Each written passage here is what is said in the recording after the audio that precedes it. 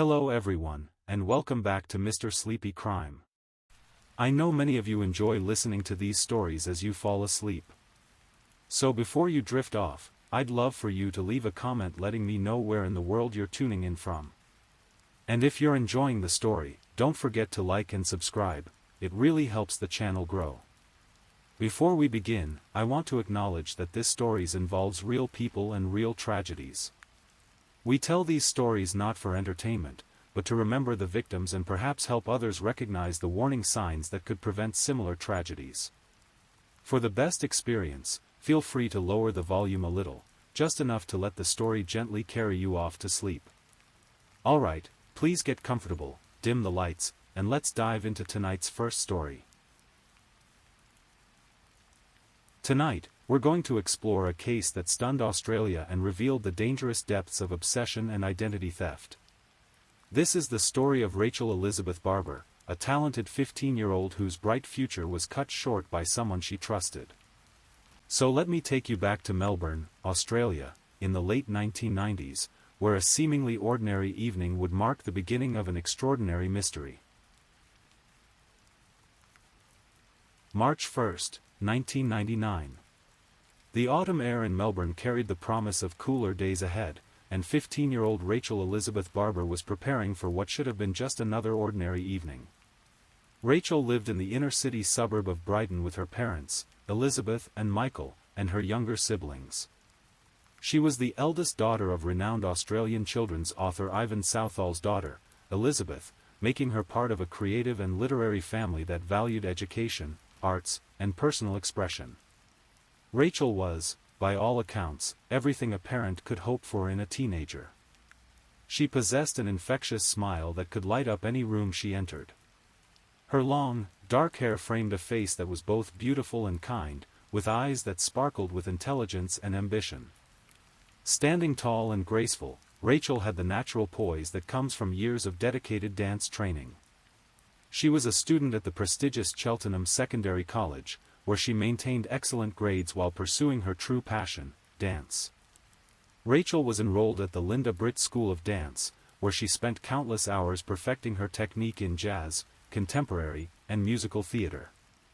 Her teachers often remarked on her natural talent and tireless work ethic. She had dreams of performing in major musical productions, with Cats and Chicago being her absolute favorites. But Rachel wasn't just a talented performer. She was also a devoted girlfriend to her school sweetheart, and a loyal friend to many. She had the kind of magnetic personality that drew people to her naturally.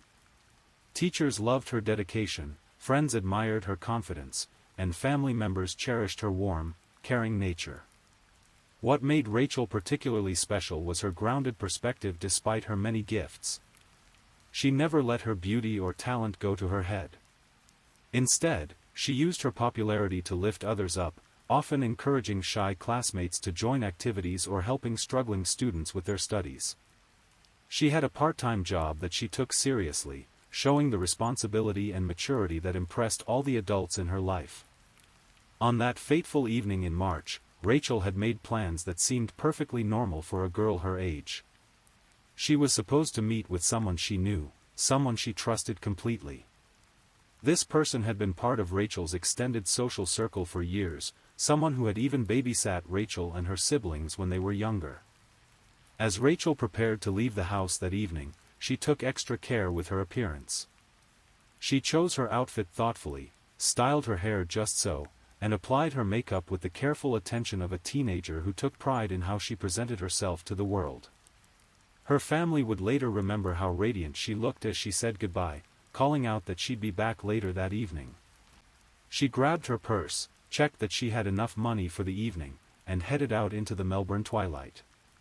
The last image her family has of Rachel is of her walking down their front path, her dark hair catching the last rays of sunlight, completely unaware that she was walking toward a nightmare that had been carefully planned for months.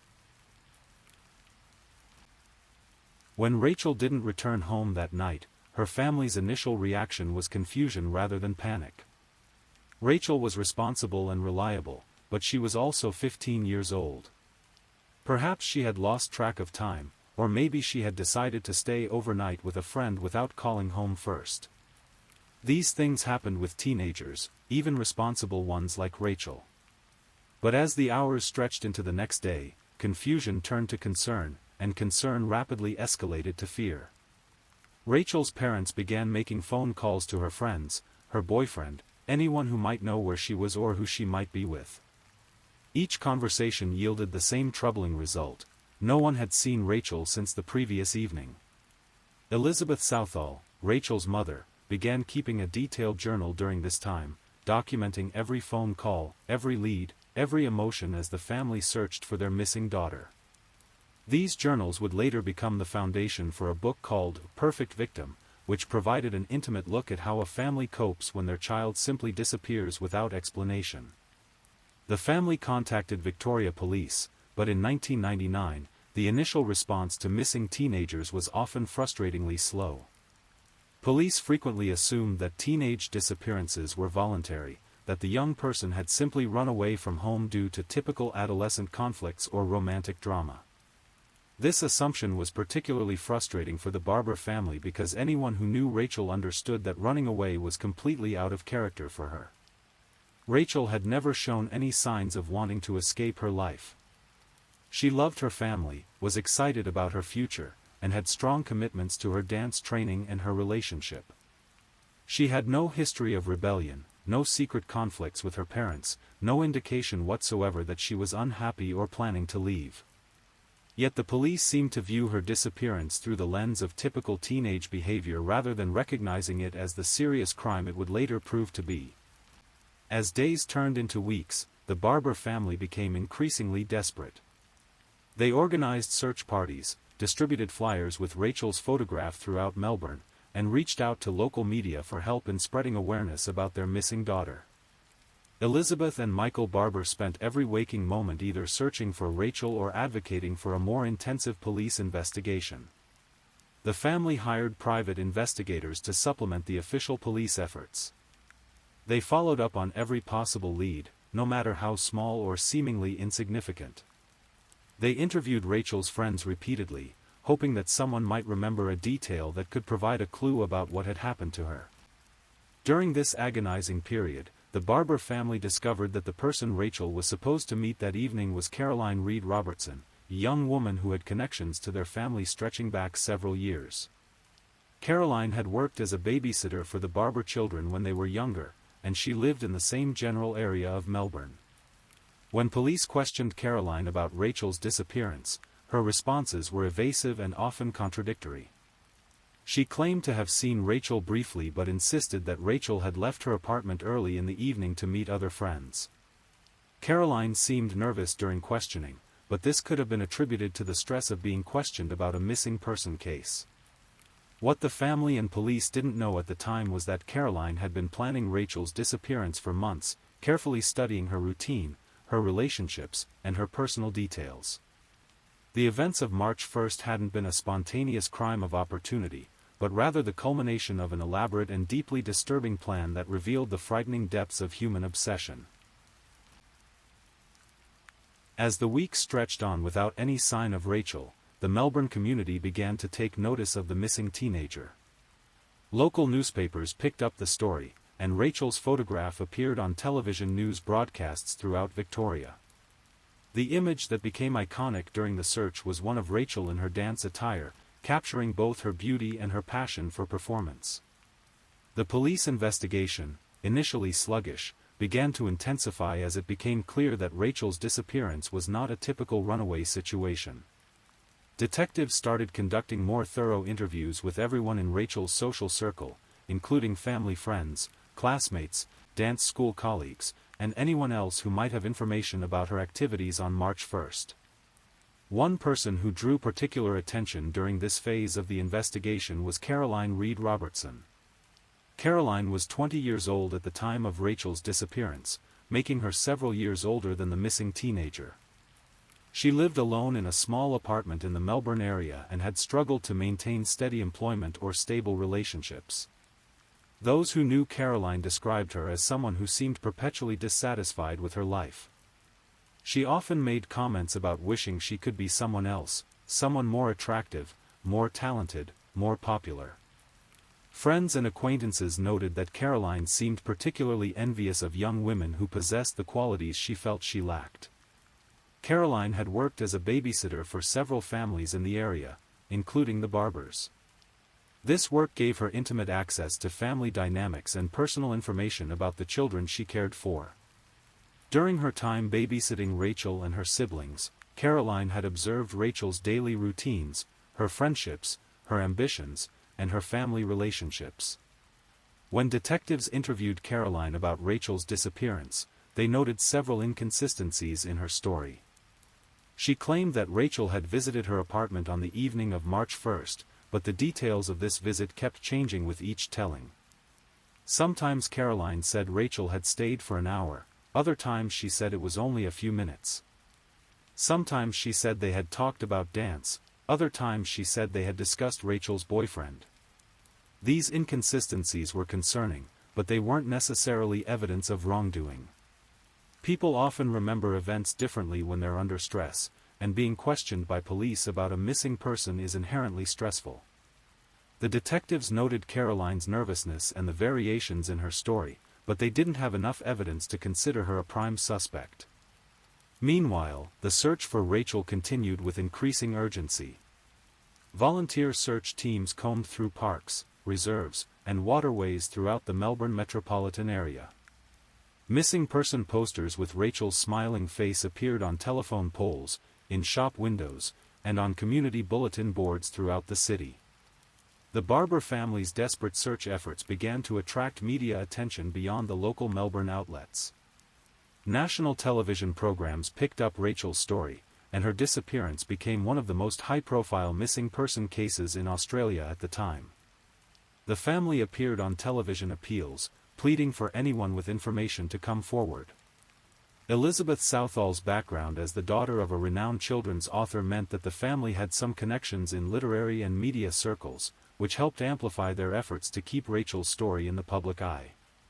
But despite the widespread publicity and the tireless efforts of both the family and law enforcement, the weeks passed without any significant breakthroughs in the case.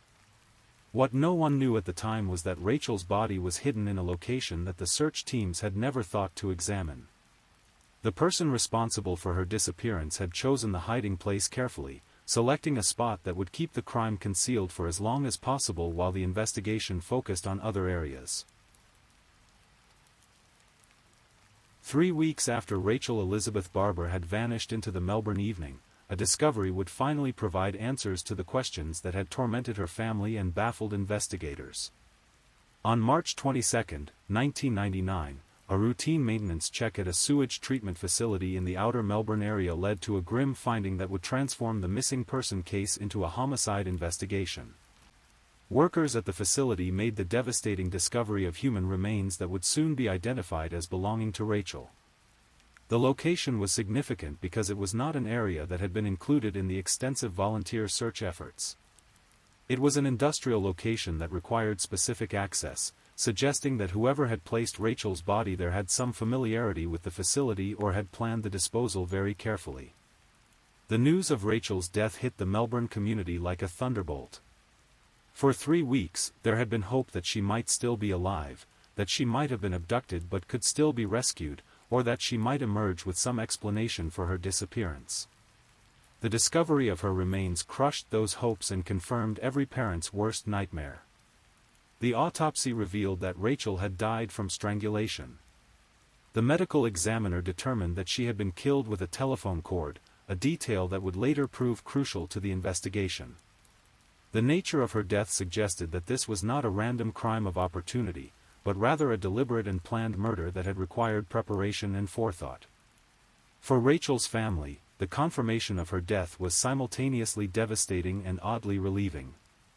After weeks of not knowing what had happened to their daughter, they finally had answers, even though those answers brought unimaginable grief. Elizabeth Southall later wrote about the complex emotions of this moment, the horror of learning that Rachel was dead, but also the relief of finally knowing her fate and being able to begin the process of mourning. The homicide investigation that followed Rachel's body being found was intense and comprehensive. Detectives returned to everyone they had previously interviewed, this time with the knowledge that they were investigating a murder rather than a missing person case. The tone and urgency of the investigation changed dramatically. Caroline Reed Robertson once again found herself under scrutiny, and this time the detectives were much more focused on the inconsistencies in her previous statements. They obtained search warrants for her apartment and began examining her personal belongings, her correspondence, and any other evidence that might connect her to Rachel's murder. What they discovered in Caroline's apartment was deeply disturbing and provided crucial insight into the motive for Rachel's murder. Hidden among Caroline's personal papers, investigators found documents that revealed an obsession with Rachel that went far beyond normal acquaintance or even friendship. Caroline had been collecting information about Rachel for months before the murder, studying her life in minute detail. Among the most shocking discoveries was an application for a birth certificate in the name Rachel Elizabeth Barber. This document revealed that Caroline hadn't simply wanted to harm Rachel, she had wanted to become Rachel, to literally steal her identity and assume her life. The application showed that Caroline had been planning to use Rachel's personal information to create false identification documents that would allow her to live as Rachel. This discovery transformed the entire understanding of the crime. This wasn't a murder motivated by anger, jealousy in the traditional sense, or even personal conflict. It was something much more disturbing, an attempt to commit the ultimate identity theft, where the perpetrator kills the victim in order to assume their life completely. As investigators delved deeper into Caroline Reed Robertson's personal life and belongings, they uncovered a disturbing pattern of behavior that painted a picture of a young woman consumed by an unhealthy obsession with Rachel Barber. The evidence they discovered revealed that Caroline's crime had been planned meticulously over a period of several months, with Rachel serving as an unwitting target for Caroline's desperate desire to escape her own life. Caroline's apartment, when thoroughly searched, revealed what could only be described as a shrine to Rachel. Hidden in drawers and closets, investigators found numerous photographs of Rachel that Caroline had collected from various sources. Some were school photos that she had somehow obtained, others were casual snapshots that appeared to have been taken without Rachel's knowledge during dance performances or social events. More disturbing were the detailed notes that Caroline had made about Rachel's daily routines. She had documented what time Rachel left for school, which routes she typically took, where she liked to shop, and even details about her relationship with her boyfriend. These notes read like the observations of a stalker who had been studying their target for months, learning every detail of their life in preparation for some ultimate plan.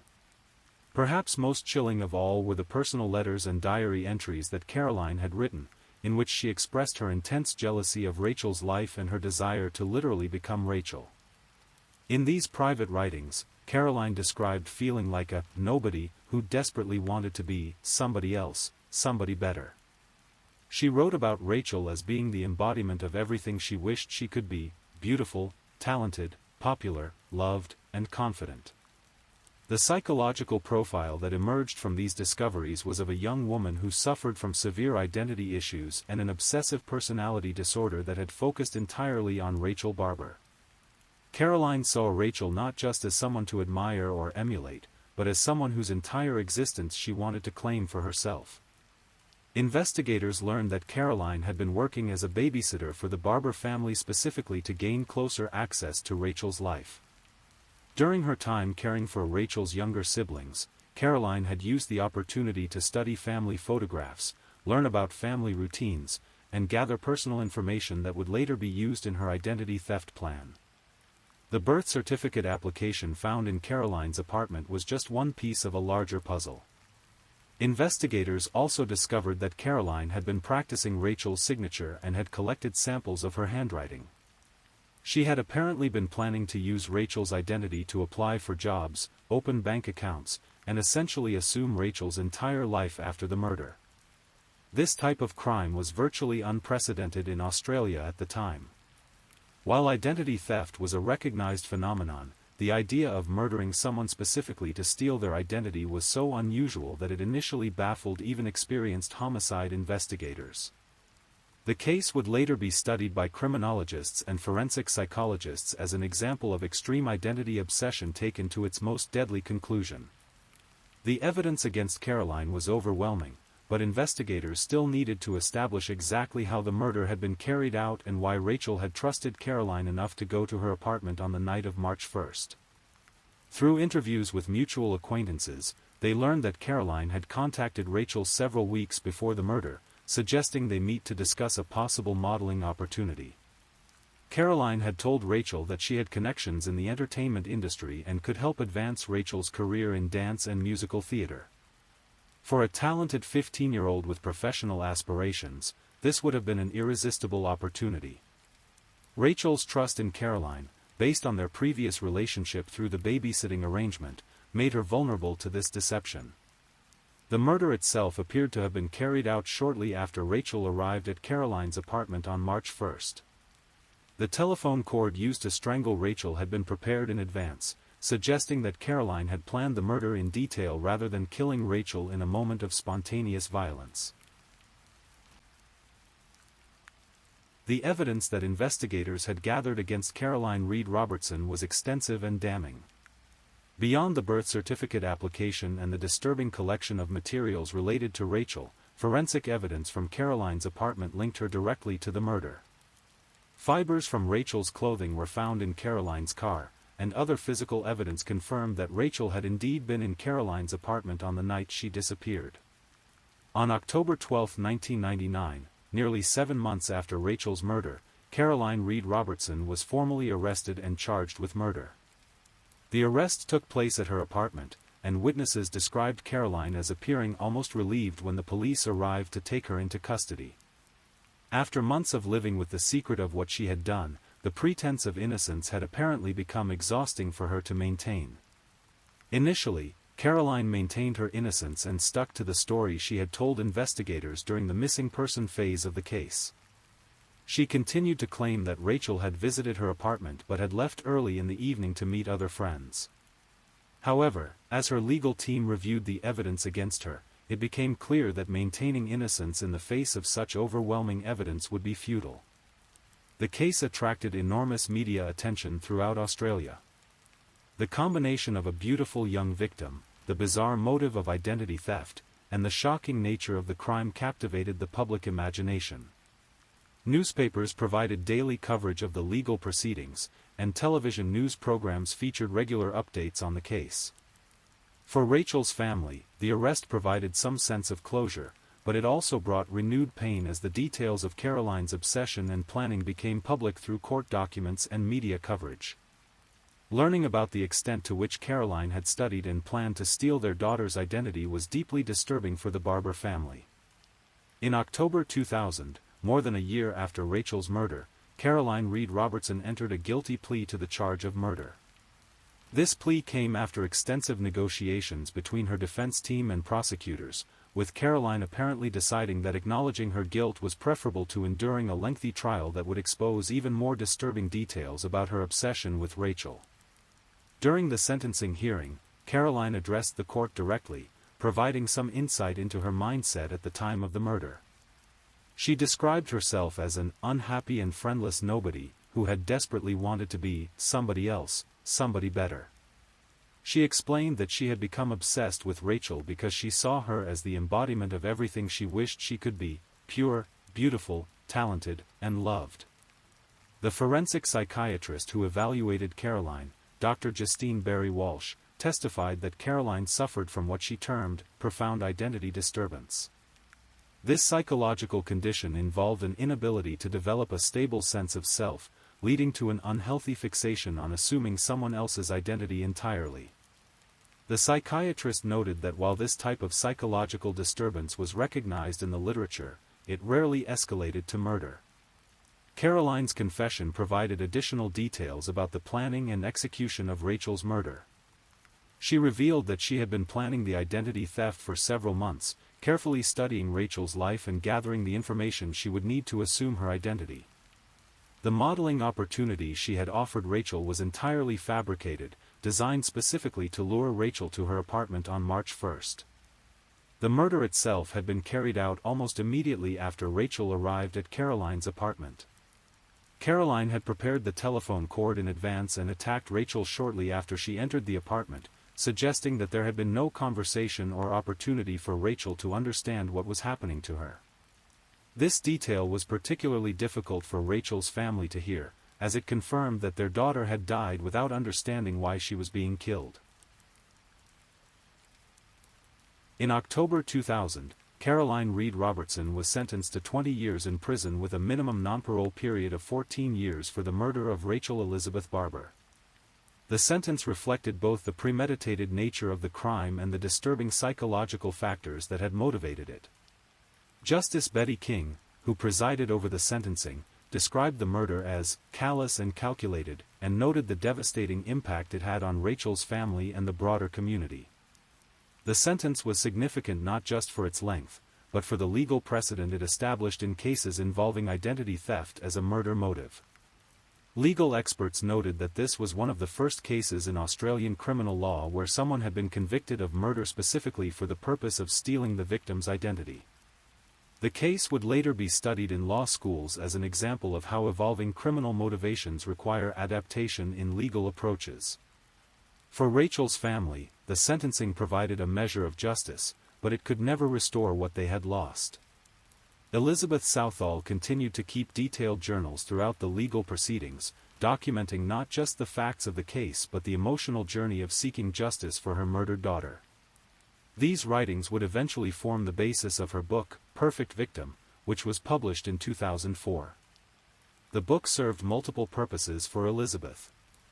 It was partly a tribute to Rachel's memory, ensuring that her daughter would be remembered for who she was rather than just how she died. It was also a detailed account of how the Australian justice system handles high-profile murder cases, providing insight into the often lengthy and complex process of seeking justice. Most importantly, it was a way for Elizabeth to process her own grief and trauma while potentially helping other families who might face similar tragedies. The case also had a significant impact on how Australian law enforcement approaches missing person cases involving teenagers. Rachel's disappearance had initially been handled as a probable runaway situation, leading to crucial delays in the investigation. The eventual revelation that she had been murdered almost immediately after her disappearance led to policy changes in how police respond to teenage disappearances, with more immediate and intensive investigations becoming standard practice. The story of Rachel's murder also influenced popular culture in Australia. In 2009, a film titled In Her Skin was released, based on the Rachel Barber case. The film starred Guy Pearce and Miranda Otto and attempted to explore the psychological factors that led to Caroline's obsession with Rachel. While the film took some dramatic liberties with the actual events, it helped ensure that Rachel's story remained in the public consciousness. Caroline Reed Robertson served her full minimum sentence before becoming eligible for parole in 2014. Her parole applications generated significant controversy, with Rachel's family and victim advocacy groups arguing that she continued to pose a danger to society. The parole board ultimately granted her release in 2019, after she had served nearly 20 years in prison. The decision to grant Caroline parole was controversial and deeply painful for Rachel's family. Elizabeth Southall expressed concerns about Caroline's release, noting that while Caroline had participated in psychological counseling during her imprisonment, the type of identity disturbance that had motivated Rachel's murder was extremely difficult to treat effectively. News reports following Caroline's release indicated that she had attempted to reinvent herself during her time in prison, including reportedly entering into a same-sex relationship. However, the details of her life after release have been kept largely private, with authorities imposing strict conditions on her parole to protect both her safety and that of the community. Today, more than 2 decades after her murder, Rachel Elizabeth Barber is remembered not as a victim, but as a vibrant young woman whose life, though tragically cut short, touched many people and continues to inspire positive change. Her story serves as both a reminder of the preciousness of life and a cautionary tale about the dangers that can lurk behind seemingly innocent relationships. The Rachel Barber case fundamentally changed how Australian society understands certain types of criminal behavior. Before Rachel's murder, the concept of killing someone specifically to steal their identity was largely theoretical, something that might appear in crime fiction but seemed too bizarre for real life. Caroline Robertson's crime demonstrated that such extreme behavior was indeed possible and highlighted the need for greater awareness of obsessive and identity-focused psychological disorders. Mental health professionals have studied the case extensively, using it to better understand the warning signs of dangerous obsessive behavior. The detailed documentation of Caroline's planning and preparation has provided valuable insights into how identity-focused obsessions can escalate to violence.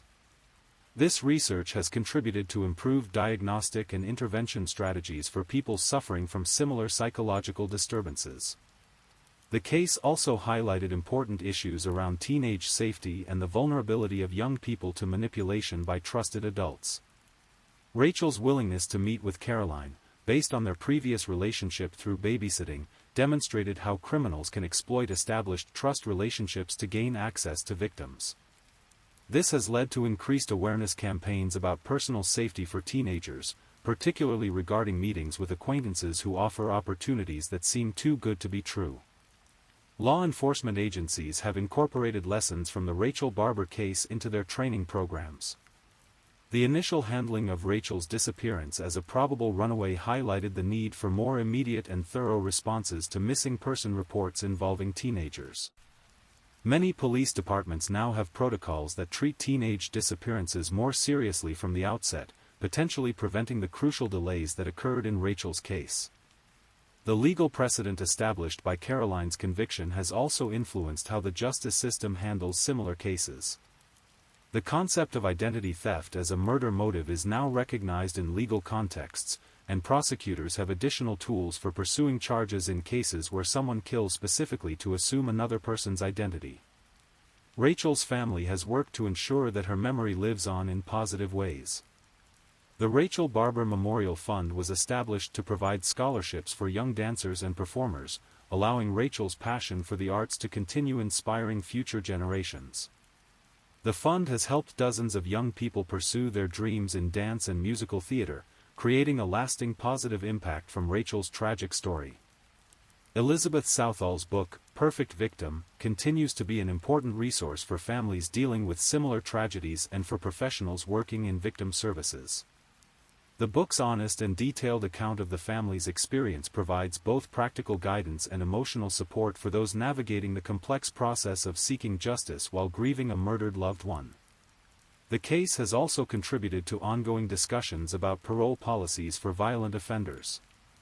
Caroline's eventual release after serving her minimum sentence sparked debate about whether people convicted of such psychologically disturbing crimes should ever be eligible for parole, and whether current psychological treatment methods are adequate for addressing the underlying issues that motivated such extreme behavior.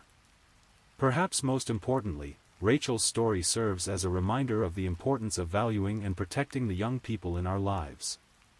Her murder occurred not because of anything she did wrong, but simply because she possessed qualities that someone else desperately wanted. This tragic reality underscores the need for continued vigilance in protecting vulnerable individuals from those who might seek to harm them.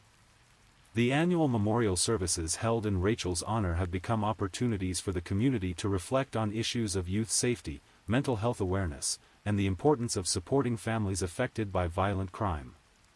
These gatherings ensure that Rachel's story continues to serve educational and protective purposes, potentially preventing similar tragedies in the future. As we conclude this examination of Rachel Elizabeth Barber's tragic story, it's important to remember that behind all the legal proceedings, psychological analysis, and media coverage was a real person whose life was filled with promise and potential. Rachel was more than just a victim of a shocking crime. She was a beloved daughter, sister, girlfriend, and friend whose absence created a void that can never be filled. The photographs that remain of Rachel show a young woman who radiated joy and confidence. Whether captured in formal dance poses or casual moments with friends and family, her images convey the vitality and warmth that made her such a compelling target for Caroline's obsession. These pictures serve as a reminder that the ultimate tragedy of Rachel's murder was not just the shocking nature of the crime, but the loss of all the contributions she might have made to the world had she been allowed to live. Those who knew Rachel personally consistently describe her as someone who made others feel better about themselves. In a world where teenagers often struggle with insecurity and social pressures, Rachel had the rare gift of building others up rather than tearing them down. Her friends remember her as someone who could make them laugh when they were sad, who celebrated their successes without jealousy, and who offered support during difficult times. Her dance teachers recall a student who approached every class with enthusiasm and dedication, always pushing herself to improve while encouraging her classmates to do the same. Rachel's commitment to her craft was evident in her willingness to spend countless hours in the studio, perfecting techniques and learning new routines. She had the discipline and passion that suggested she might have achieved her dreams of performing professionally. Most importantly, Rachel's family remembers a daughter who filled their home with laughter and love. Despite being a teenager navigating the typical challenges of adolescence, Rachel maintained strong relationships with her parents and siblings. She was the kind of young person who made her parents proud not just of her achievements, but of the person she was becoming. The ripple effects of Rachel's murder extended far beyond her immediate family and friends.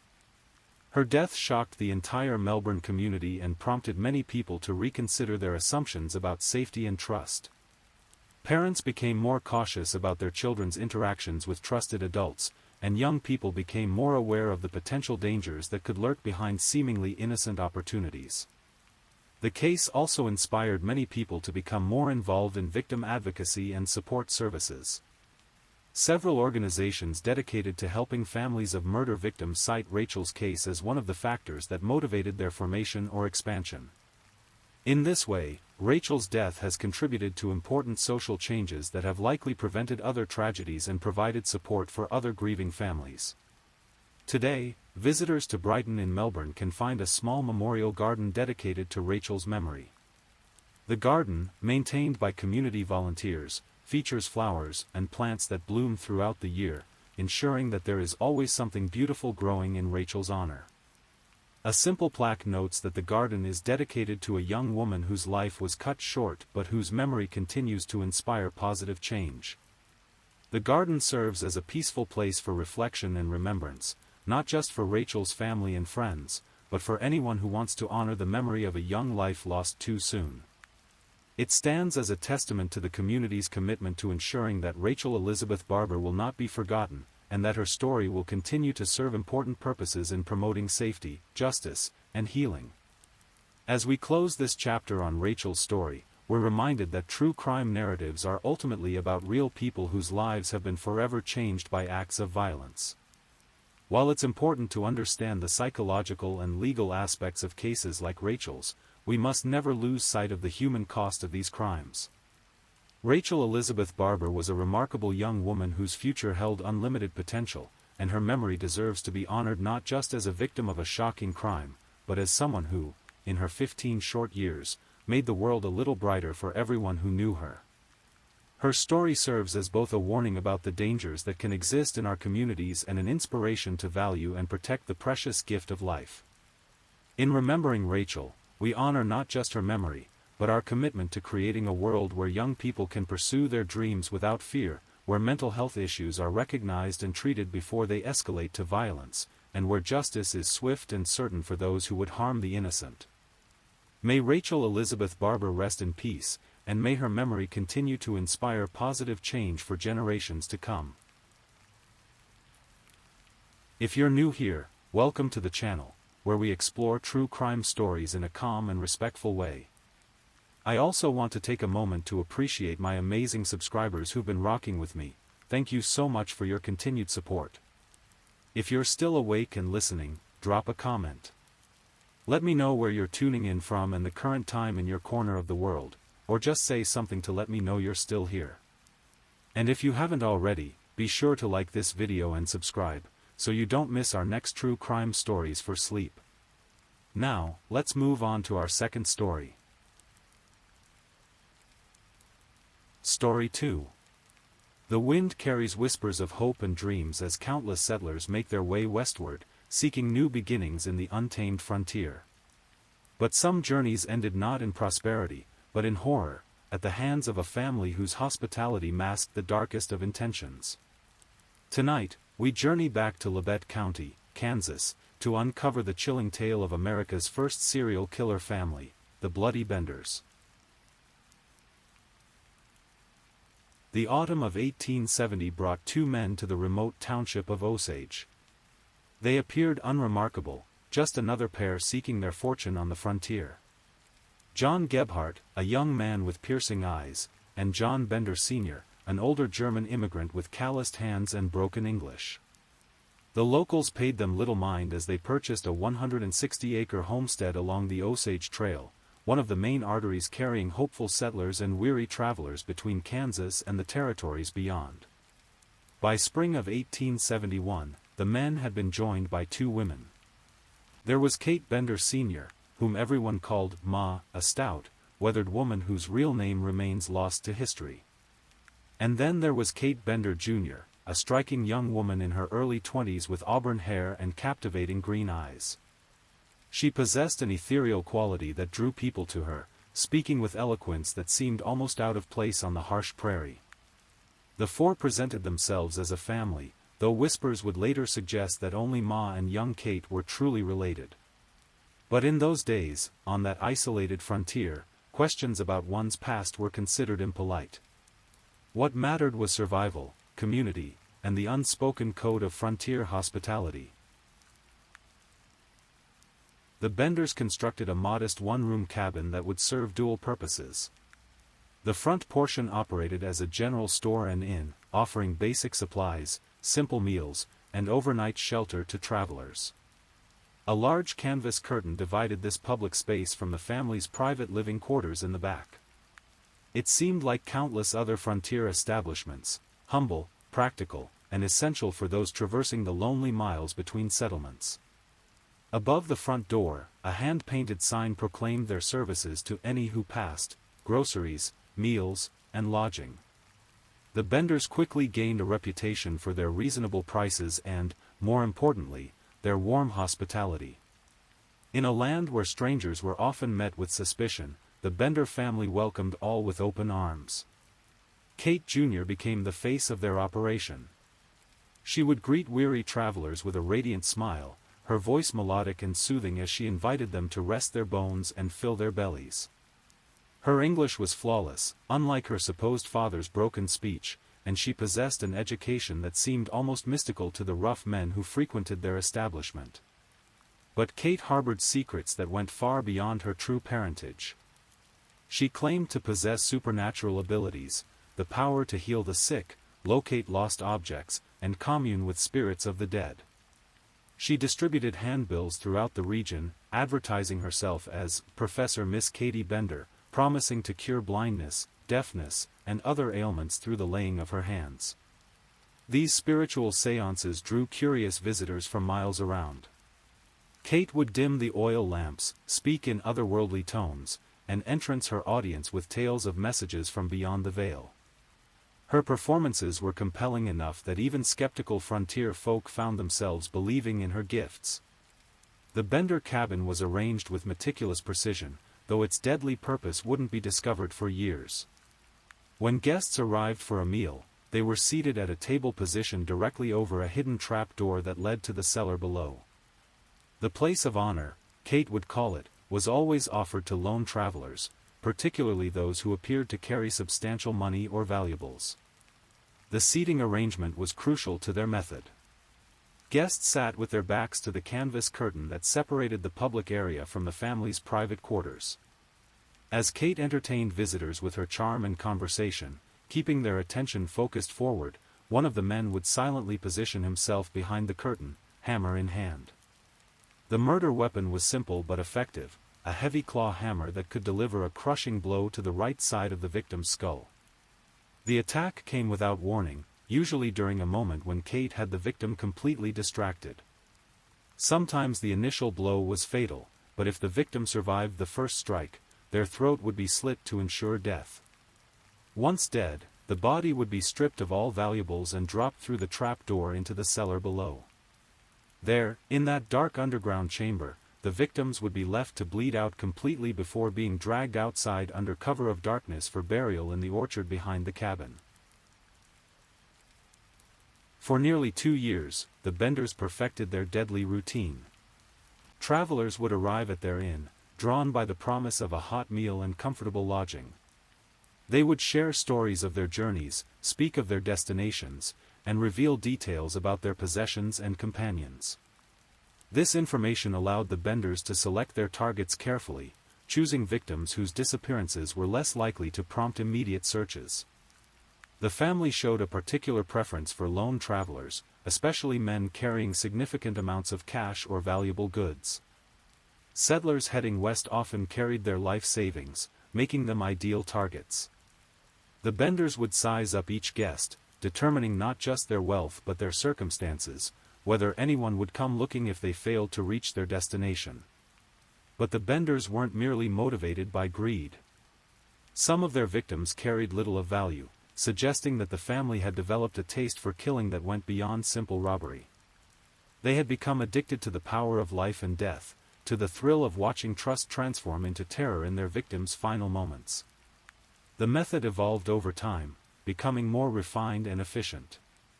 Kate's role as the charming hostess became increasingly sophisticated. She would engage victims in lengthy conversations, learning about their backgrounds, their families, their plans. This information helped the family avoid targeting individuals whose disappearances might trigger intensive investigations.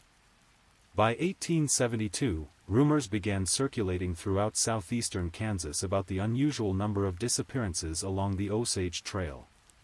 Travelers would set out for destinations that should have taken only days to reach, only to vanish without a trace. Their families would wait weeks, then months, before accepting that something terrible had happened. The pattern was subtle at first, isolated incidents that could be explained by the dangers of frontier travel. Wild animals, hostile weather, accidents, bandits, the prairie held countless threats for the unwary. But as the disappearances mounted, concerned citizens began to notice that many of the missing persons had last been seen traveling the stretch of trail that passed directly by the Bender homestead. Dr. William York, a physician from Independence, Kansas, became one of the most notable early victims. In March 1873, he set out to visit his brother Colonel Alexander York, who lived in the area. Dr. York was known to be carrying a substantial sum of money, and his route would have taken him directly past the Bender Inn. When he failed to arrive at his destination, his brother began organizing search parties. The search for Dr. York brought unwanted attention to the Bender's operation. Colonel York was a man of influence and determination, unwilling to accept vague explanations about his brother's disappearance. He personally visited the Bender homestead, questioning the family about whether they had seen the missing physician.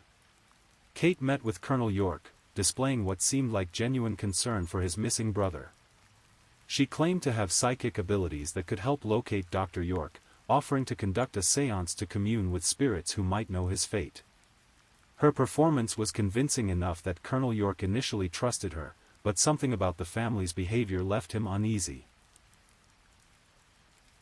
As 1873 progressed, the disappearances could no longer be ignored or explained away. Local townships organized formal search parties, and territorial authorities began investigating the pattern of missing persons. The Benders found themselves under increasing scrutiny, with visitors asking pointed questions about travelers who had passed through their establishment. Kate's supernatural persona, once an asset that drew curious visitors, now became a liability. Her claims of communicating with the dead took on a sinister quality when viewed alongside the mounting disappearances. People began to wonder whether her spiritual gifts came from more earthly sources, specifically, from intimate knowledge of where missing persons had met their ends. The family's behavior grew more erratic as pressure mounted. They became defensive when questioned about missing travelers, and their explanations grew increasingly inconsistent. Neighbors noticed that the Benders seemed unusually interested in news about search parties and investigations, asking detailed questions about who was missing and what authorities were doing to find them. The final nail in their coffin came from an unexpected source. A German immigrant named George Lonker, traveling with his infant daughter, had stopped at the Bender Inn in late 1872. Unlike the family's typical lone victims, Lonker presented complications. His disappearance would be noticed, and the presence of a child added an element that even the hardened Benders might have found troubling. But greed or bloodlust overcame caution, and both Lonker and his innocent daughter joined the growing list of victims buried in the Bender orchard. This murder, more than any other, would prove to be their undoing. In April 1873, the pressure finally became too much for the Bender family to bear. Faced with increasing scrutiny and the very real possibility of discovery, they made a decision that sealed their place in criminal history. Rather than risk capture and certain execution, they chose to abandon everything and flee into the night. Local residents discovered the abandoned homestead on May 5, 1873. The cabin stood empty, its windows dark, with no sign of the family who had operated there for nearly 2 years. Personal belongings remained scattered throughout the building, suggesting a hasty departure. But it was what investigators found beneath the cabin that transformed the Benders from missing persons to America's most wanted fugitives. The trap door that had claimed so many victims was discovered almost immediately. The cellar below reeked of death and decay, its dirt floor stained dark with blood. But the true horror lay outside, in the orchard behind the cabin where the family had buried their victims. Search parties began the grim task of excavating the property. One by one, they uncovered the remains of at least 11 victims, though some estimates suggest the true number may have been much higher. The bodies told a consistent story, all had suffered massive trauma to the right side of their skulls, and many showed evidence of having their throats cut. Among the victims were Dr. York, whose disappearance had triggered the investigation that ultimately exposed the family's crimes. George Lonker was found alongside his infant daughter, confirming the worst fears about the family's willingness to kill even the most innocent victims. Other remains belonged to settlers, traders, and travelers whose names would never be known, whose families would spend the rest of their lives wondering what had become of their loved ones. News of the discovery spread like wildfire across the frontier. The Bloody Benders, as newspapers quickly dubbed them, had committed crimes that shocked even a society accustomed to violence and lawlessness. The idea that a family had systematically murdered guests in their own home violated every principle of frontier hospitality and human decency. Territorial authorities immediately launched one of the largest manhunts in frontier history. Wanted posters bearing the family's descriptions were distributed throughout Kansas and neighboring territories. Rewards were offered for information leading to their capture, and vigilante groups formed to search areas where official law enforcement couldn't reach. The search focused initially on the immediate area around the homestead. Investigators reasoned that the family couldn't have traveled far with whatever possessions they had managed to carry away. But as days turned into weeks without any confirmed sightings, it became clear that the Benders had vanished as thoroughly as their victims once had. Theories about their escape route varied wildly. Some believed they had headed south into Indian Territory, where they could disappear among the lawless communities that thrived beyond the reach of territorial authority. Others suggested they had returned east, perhaps seeking anonymity in the growing cities where 4 strangers could blend into crowds of immigrants and transients. The most persistent theory involved trains. The family had access to the railroad system that was rapidly expanding across Kansas, and their timing suggested careful planning.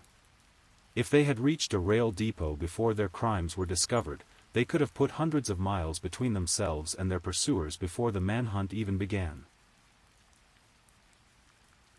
As investigators delved deeper into the Benders' background, a more complex picture emerged of who they really were and what had driven them to such extreme violence. The family structure that had seemed so normal to their neighbors proved to be largely fabricated. Kate Jr. and Ma Bender were indeed related, likely mother and daughter, though some evidence suggested they might have been sisters with a significant age difference. Their real names remained elusive, as they had likely assumed the Bender identity when they joined the 2 men in Kansas. John Bender Sr. appeared to be exactly what he claimed, a German immigrant seeking opportunity on the frontier. But his relationship to the women was unclear, and some evidence suggested he may have been involved with one or both of them in ways that went beyond the family bonds they publicly claimed. John Jr., whose real name was likely John Gebhardt, seemed to be the most problematic member of the group. Some accounts suggested he was mentally unstable, prone to violent outbursts that the others struggled to control. His role in the murders was unclear, but witnesses who had encountered the family described him as unsettling and unpredictable. The dynamic between the four revealed a complex web of relationships, dependencies, and shared culpability that made their crimes even more disturbing. This wasn't a case of one dominant personality controlling others through fear or manipulation. Instead, all four members appeared to be willing participants in a systematic campaign of murder and robbery. Kate Jr.'s claimed supernatural abilities added another layer of mystery to the case. Her spiritualist activities had drawn visitors from across the region, some traveling considerable distances to witness her supposed communications with the dead. Investigators began to wonder whether some of these séance attendees had also become victims. The timing of her spiritual performances coincided perfectly with the family's killing spree. Kate would hold séances in the very room where murders had been committed, claiming to channel spirits while standing mere feet from where previous victims had died. The psychological implications were staggering. She was literally performing over the graves of people her family had killed. Some investigators theorized that Kate's spiritualist persona served multiple purposes beyond simply attracting additional victims. Her claimed ability to communicate with the dead might have been a way of gauging how much authorities knew about missing persons. By pretending to receive messages from beyond, she could learn what questions people were asking and how actively they were searching for disappeared loved ones. The séances also provided perfect cover for the family's unusual behavior and knowledge. If Kate seemed to know too much about missing persons, she could claim the information came from supernatural sources rather than from intimate involvement in their deaths. Her reputation as a spiritual medium made her appear helpful rather than suspicious when she offered insights about disappearances. The manhunt for the Bloody Benders generated hundreds of reported sightings and false leads. Every family of four traveling together became suspect, and countless innocent people found themselves detained and questioned by overzealous law enforcement officers and vigilante groups. One of the most persistent false leads involved a family captured in Texas several months after the crimes were discovered. The group matched the general description of the Benders and was traveling under assumed names, leading to their arrest and extradition to Kansas. However, closer investigation revealed they were simply another family of immigrants seeking better opportunities in the West. Another promising lead emerged when authorities received reports of a woman matching Kate Jr.'s description working as a fortune teller in various frontier towns.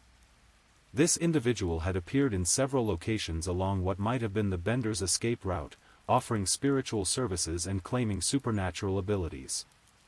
But when investigators finally tracked down this woman, she proved to be someone else entirely, another practitioner of the spiritualist arts that were becoming increasingly popular on the frontier. Railroad records were scrutinized extensively, as trains offered the fastest means of long-distance travel available to the fleeing family. Several ticket agents reported selling passage to groups that might have been the Benders, but these leads invariably ended in disappointment. The family had simply vanished, leaving behind only the gruesome evidence of their crimes and a trail that grew colder with each passing day. As years passed without any confirmed sightings or captures, the Bloody Benders transformed from wanted fugitives into frontier legend. Their story was told and retold around campfires and in taverns, with each telling adding new details and embellishments that may or may not have been true. Some versions of the tale portrayed Kate Jr. as a seductive temptress who used her beauty and supernatural claims to lure victims to their deaths. Others focused on the family's systematic approach to murder, presenting them as cold-blooded killers who had turned hospitality into a weapon. The truth, as is often the case with frontier legends, likely lay somewhere between these extremes. The abandoned Bender homestead became a macabre tourist attraction, drawing curious visitors who wanted to see the site where such infamous crimes had been committed. Souvenir hunters stripped the property of anything portable, and ghost stories began to circulate about supernatural activities on the land where so many innocent people had died. Local newspapers continued to report on the case for years, often rehashing old details or following up on new leads that inevitably proved false. The story had all the elements that frontier audiences craved: mystery, violence, betrayal, and justice denied. It became a cautionary tale about the dangers of trusting strangers, no matter how welcoming they might appear. The complete disappearance of the Bloody Benders spawned numerous theories about their ultimate fate.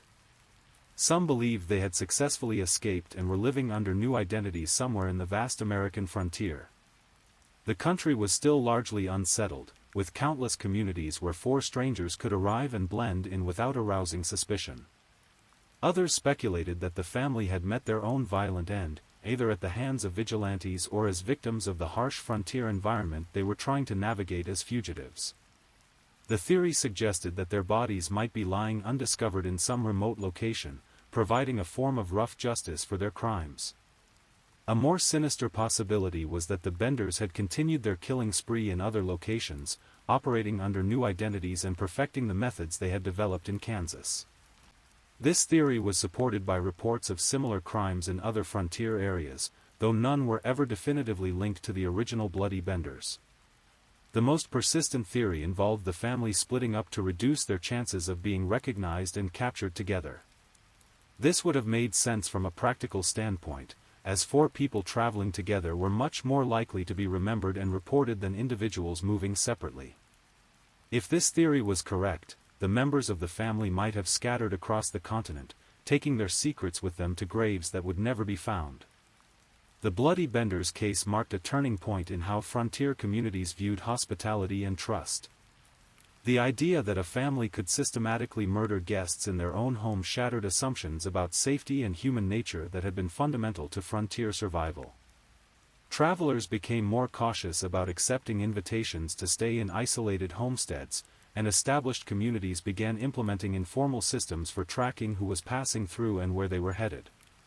The case demonstrated that evil could hide behind the most ordinary appearances, a lesson that resonated far beyond the Kansas prairie. Law enforcement agencies also learned valuable lessons from the investigation. The systematic excavation of the Bender property became a model for processing crime scenes, and the coordinated manhunt established precedents for multi-jurisdictional investigations that would be refined in later cases. The psychological aspects of the case, particularly the family's ability to compartmentalize their crimes while maintaining normal social interactions, provided early insights into the minds of serial killers.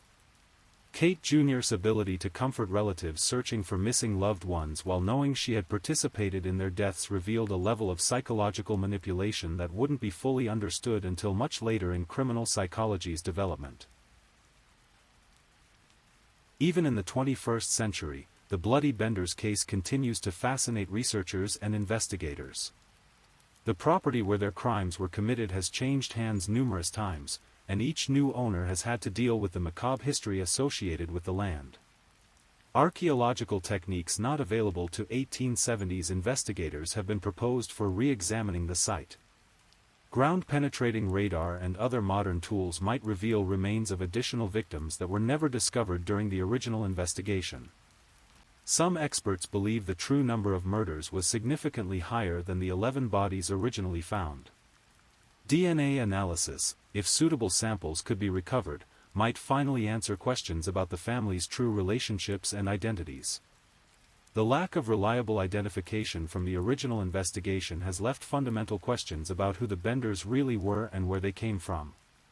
Cold case investigators have periodically reviewed the evidence, hoping that new techniques or previously overlooked clues might finally solve the mystery of what happened to the family after they fled Kansas.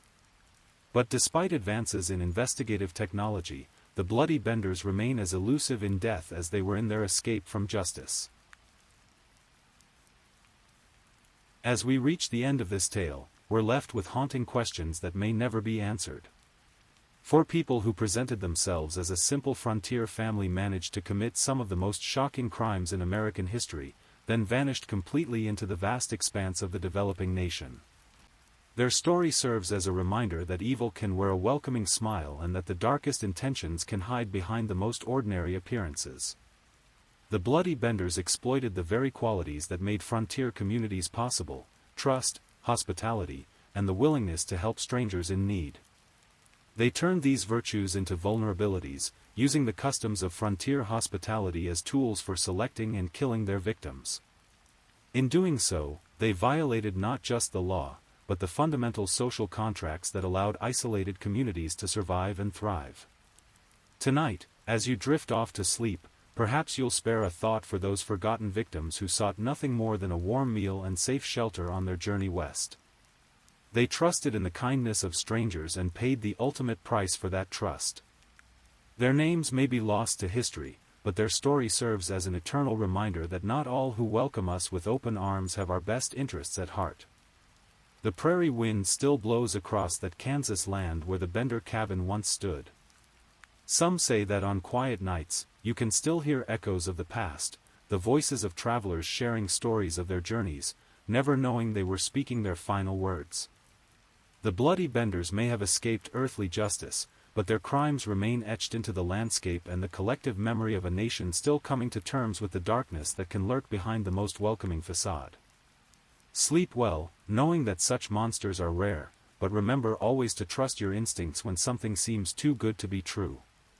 The frontier may be gone, but the lessons of the bloody Benders remain as relevant today as they were over 150 years ago on the windswept Kansas prairie. And so ends our journey into the past, to a time when trust was both a necessity for survival and a pathway to destruction.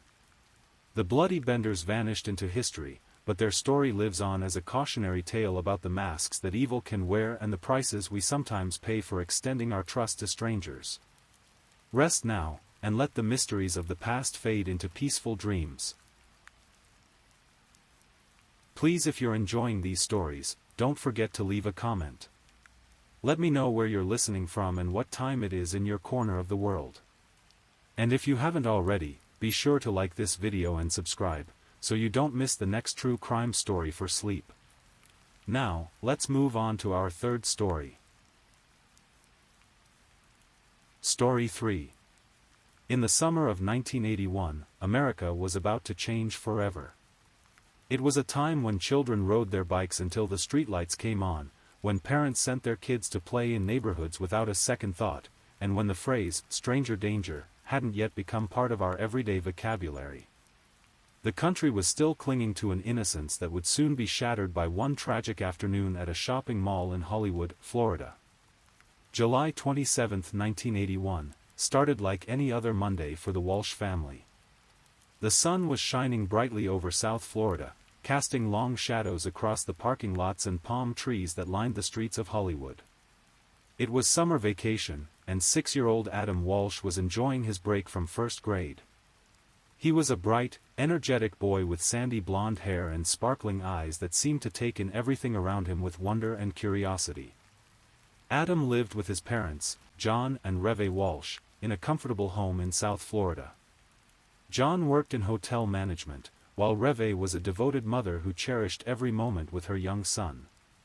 They were the picture of an American family living the dream in the Sunshine State, completely unaware that their lives were about to be torn apart in the most unimaginable way. On this particular Monday afternoon, Reve needed to run some errands. Like many mothers in 1981, she thought nothing of bringing Adam along to the Hollywood Mall. Shopping centers were considered safe spaces, family-friendly environments where parents could browse stores while their children played nearby. The Hollywood Mall was a typical suburban shopping center of its era, anchored by large department stores and filled with the kind of shops that drew families from across the region. As Reve Walsh pulled into the parking lot of the Hollywood Mall, she had no way of knowing that this would be the last normal moment of her life. The afternoon sun was beating down on the asphalt, and the familiar hum of air conditioning units could be heard from the various storefronts. Families moved in and out of the mall entrance, carrying shopping bags and pushing strollers, all going about their ordinary lives. Reve and Adam walked through the glass doors of the mall and made their way to Sears, one of the anchor stores that served as a centerpiece of the shopping center. The Sears department store was a massive space filled with everything from clothes to tools to toys, and like many department stores of the time, it had become something of a community gathering place. As they entered the store, Adam's attention was immediately drawn to the toy department. This was every child's favorite section of Sears, filled with the latest games, action figures, and most importantly for Adam, a collection of arcade-style video games that had become increasingly popular in the early 1980s. The electronic sounds of the games, the beeps, whistles, and digital music, created an almost hypnotic atmosphere that drew children like moths to a flame. Reve needed to look at some lamps in the home goods section, a mundane errand that would normally take just a few minutes. She could see that Adam was captivated by a group of older boys, probably around 10 to 12 years old, who were gathered around the video game display playing what appeared to be a racing game. The boys were laughing and shouting encouragement to each other, and Adam stood nearby, mesmerized by the flashing lights and sounds. Making a decision that would haunt her for the rest of her life, Reve told Adam he could stay and watch the older boys play while she quickly looked at the lamps. The home goods section was close enough that she felt comfortable leaving him for just a few minutes. In 1981, this wasn't an unusual decision for a parent to make. Department stores felt safe, and it was common for children to wander slightly away from their parents while shopping. What Reve didn't know was that this group of older boys had been causing some trouble in the toy department. They had been loud, disruptive, and according to some accounts, they had been playing the video games without permission or had been asked multiple times to quiet down. The store's security guard, a man who was simply trying to do his job and maintain order in the store, was growing increasingly frustrated with the situation. Around 12:30 in the afternoon, the security guard made a decision that would change everything. He approached the group of boys gathered around the video games and told them they needed to leave the store immediately. His instruction was clear and non-negotiable: they were being asked to leave the premises. In the confusion and commotion that followed, something went terribly wrong. The older boys quickly scattered, heading for different exits and leaving the toy department in a hurry. But Adam, who had only been watching and wasn't part of the group causing trouble, somehow got caught up in the chaos. Whether through misunderstanding, fear, or simply following the crowd, Adam found himself being ushered toward an exit along with the other children. This is where the timeline becomes crucial, and where every parent's worst nightmare began to unfold. When Reve Walsh returned to the toy department less than 10 minutes later, expecting to find Adam still watching the video games, she was met with an empty space. The older boys were gone, the games were quiet, and most importantly, Adam was nowhere to be seen. At first, Reve felt more annoyed than worried. She assumed Adam had wandered off to look at toys in another section, as children often do. She began walking through the store, calling his name and expecting to find him around the next corner, probably captivated by some new toy or display. She checked the toy aisles, the sporting goods section, and even the electronics department where more video games were set up. As the minutes ticked by, annoyance turned to concern. Reve began asking store employees if they had seen a 6-year-old boy with blonde hair wearing a striped shirt and shorts. She described Adam's outfit in detail: he was wearing his favorite striped shirt, green shorts, and his small sneakers. Some employees thought they might have seen a child matching that description, but no one could say for certain where he had gone or when they had last seen him. By 1 p.m., concern had turned to genuine worry. Reve asked store security to help her look for Adam, and they began a more systematic search of the entire Sears store. They checked every department, every aisle, and every possible hiding spot where a curious 6-year-old might have wandered. They looked in dressing rooms, behind displays, and even in storage areas that customers weren't supposed to access.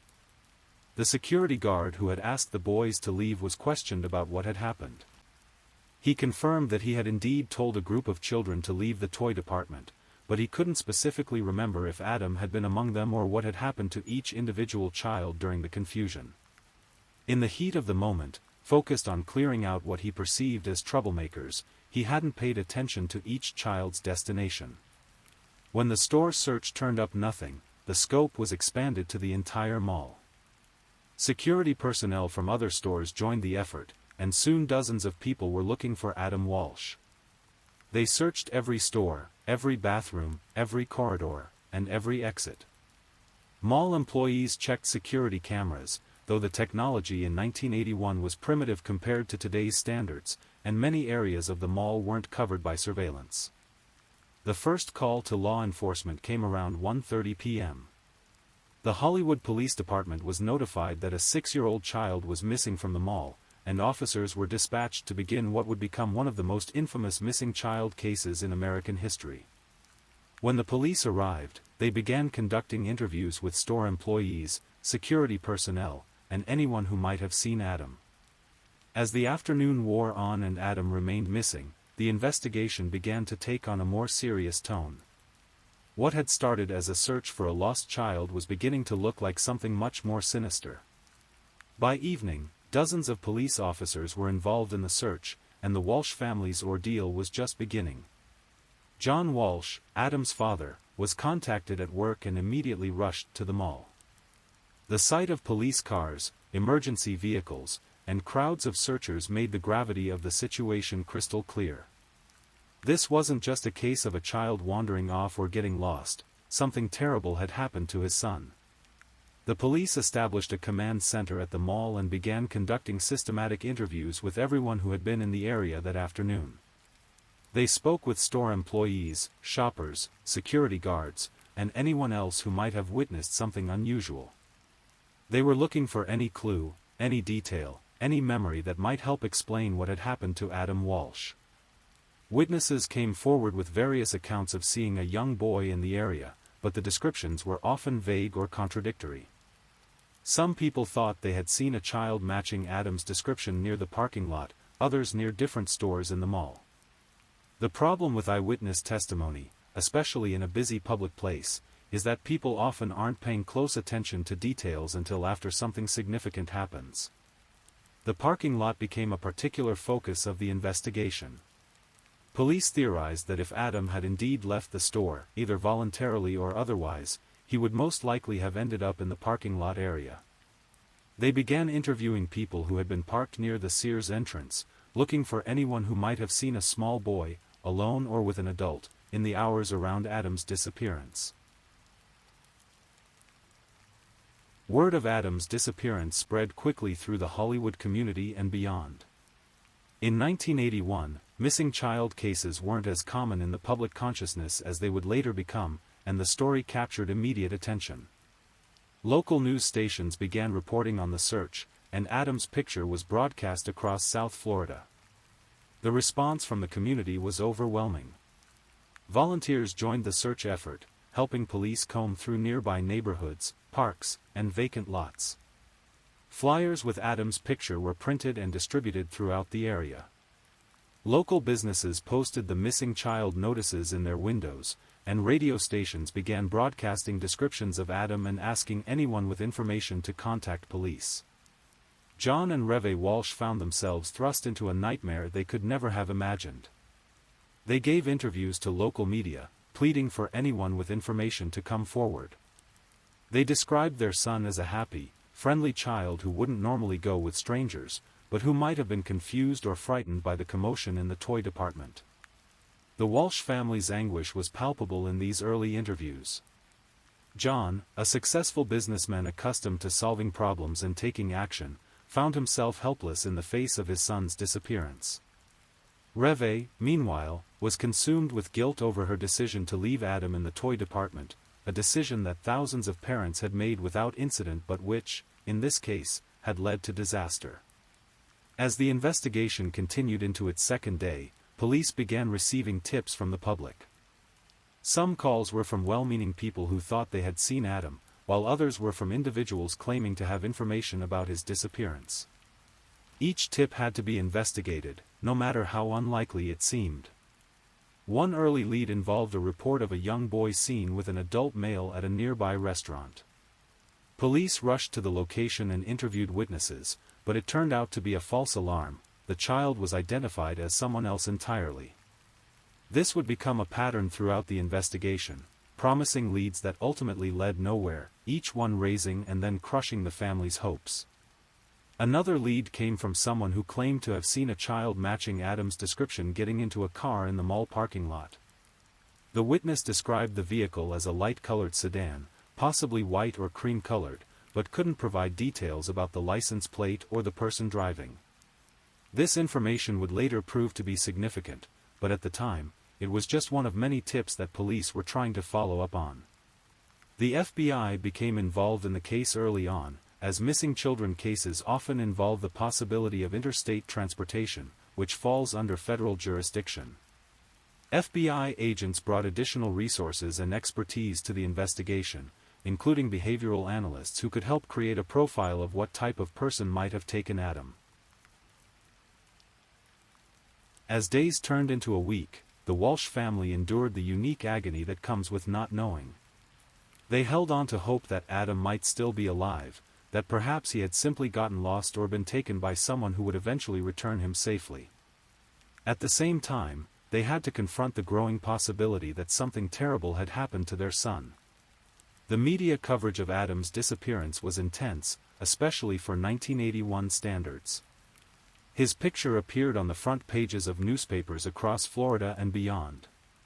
Television news programs featured his story prominently, and the case began to attract national attention. The image of Adam Walsh, a smiling 6-year-old with bright eyes and tousled hair, became familiar to millions of Americans. John Walsh threw himself into the search effort with the determination of a man who refused to give up. He worked with police, coordinated volunteer searches, and gave countless interviews to keep Adam's story in the public eye. He was learning, through the most painful experience imaginable, about the gaps in the system designed to protect children and find missing kids.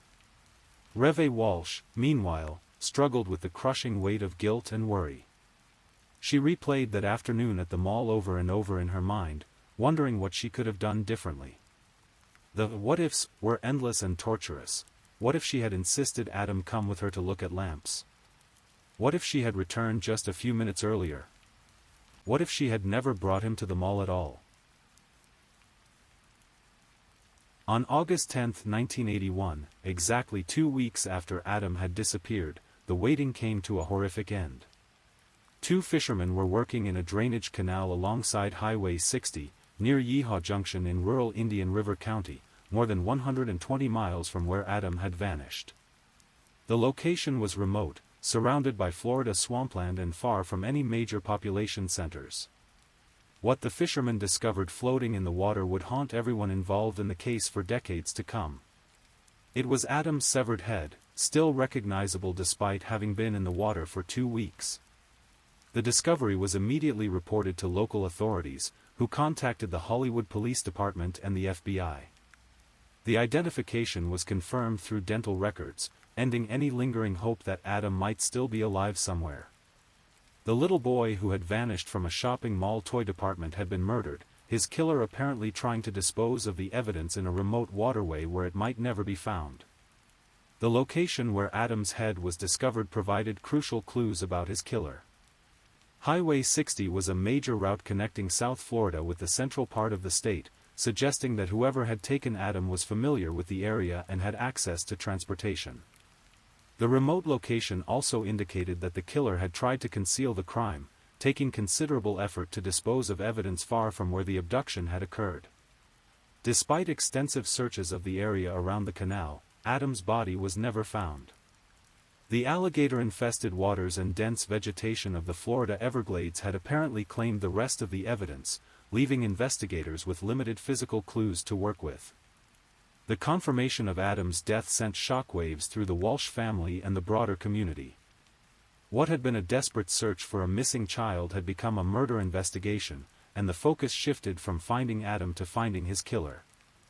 The Hollywood Police Department found itself under intense scrutiny as the investigation continued.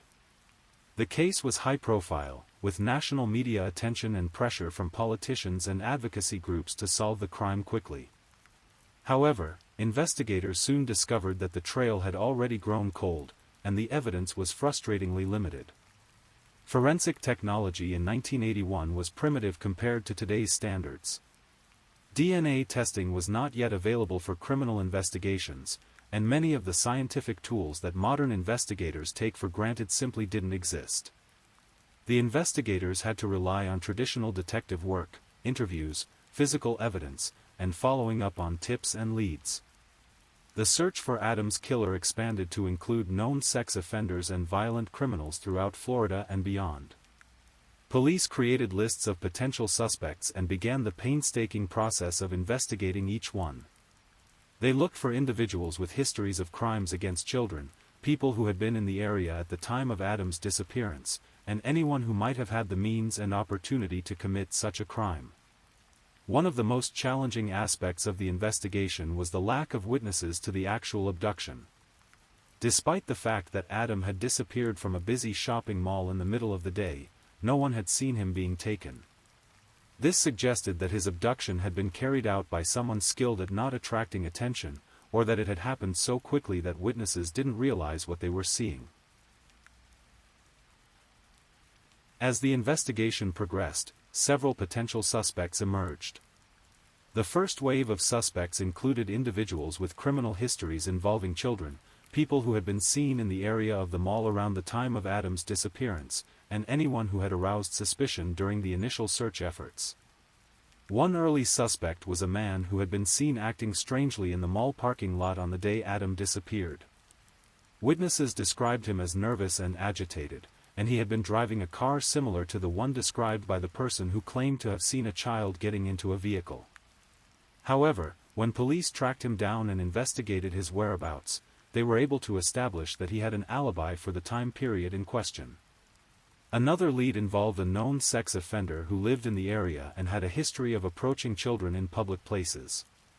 This individual became a person of interest when investigators learned that he had been released from prison just a few months before Adam's disappearance.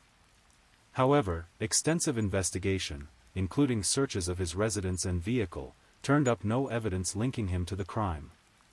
The investigation also looked into the possibility that Adam's murder was connected to other crimes in the area. In the early 1980s, South Florida was experiencing a wave of violent crime, much of it related to drug trafficking and the cocaine trade. Some investigators theorized that Adam might have been taken by someone involved in organized crime, either as a case of mistaken identity or as part of some larger criminal scheme. However, this theory never gained much traction. Adam was clearly a child, not someone who would be involved in adult criminal activities, and there was no evidence that the Walsh family had any connections to criminal enterprises. The randomness of the crime suggested that Adam had been targeted simply because he was a vulnerable child in the wrong place at the wrong time. In 1983, 2 years after Adam's murder, the investigation took a dramatic turn when a career criminal named Otis Toole confessed to killing the boy. Toole was a drifter and serial killer who had been arrested in connection with other crimes, and during questioning, he claimed responsibility for Adam's death. Otis Elwood Toole was a troubled individual with a long history of criminal behavior. Born in 1947 in Jacksonville, Florida, he had endured a difficult childhood marked by abuse, neglect, and what would later be diagnosed as mental illness. By the time he was an adult, Toole had become a drifter who wandered from place to place, supporting himself through petty crime and occasionally more serious offenses. Toole was known to law enforcement throughout the Southeast as a suspect in numerous crimes. He had been arrested multiple times for arson, theft, and assault, and he had a reputation for violence and unpredictable behavior. He was also known to be homosexual and had a particular interest in young men and boys, which made him a natural suspect in crimes involving children. What made Toole an even more compelling suspect was his association with Henry Lee Lucas, another serial killer who had confessed to hundreds of murders across the United States. Lucas and Toole had traveled together extensively in the late 1970s and early 1980s, and they claimed to have committed numerous crimes as a team. Their confessions, however, were often contradictory and unreliable, making it difficult for investigators to determine which claims were true. When Toole confessed to Adam's murder, he provided details that seemed to match the known facts of the case. He claimed that he had been at the Hollywood Mall on July 27, 1981, and that he had lured Adam away from the toy department by promising to show him some toys in his car. According to Toole's confession, he had then driven Adam to a remote location, killed him, and disposed of the body in the canal where the head was later found. Initially, investigators were hopeful that Toole's confession would finally solve the case.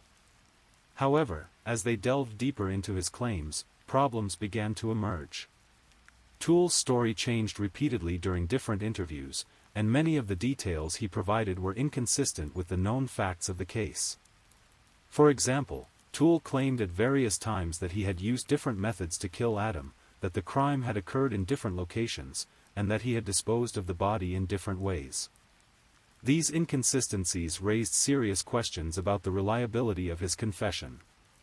Moreover, investigators discovered that Toole had a history of making false confessions to crimes he had not committed.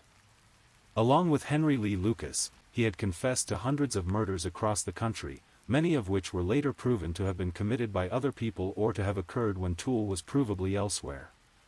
This pattern of false confessions was apparently motivated by a desire for attention, better treatment in prison, and possibly mental illness. The investigation into Toole's confession was further complicated by a series of errors made by the Hollywood Police Department. Crucial evidence from Toole's car, including carpeting that might have contained blood or other forensic evidence, was reportedly lost or destroyed.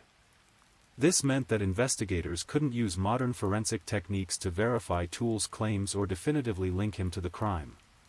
Despite these problems, Toole remained a suspect in Adam's murder for years. He would periodically confess to the crime and then recant his confession, creating a cycle of hope and disappointment for the Walsh family and investigators. Each time he confessed, the case would receive renewed attention, only to have the confession fall apart under scrutiny. While Toole remained a person of interest, investigators continued to pursue other leads and suspects. The Adam Walsh case had become one of the most high-profile unsolved murders in the country, and law enforcement agencies at all levels were under pressure to solve it. One significant development in the investigation was the increased focus on the role of the security guard who had asked the children to leave the toy department.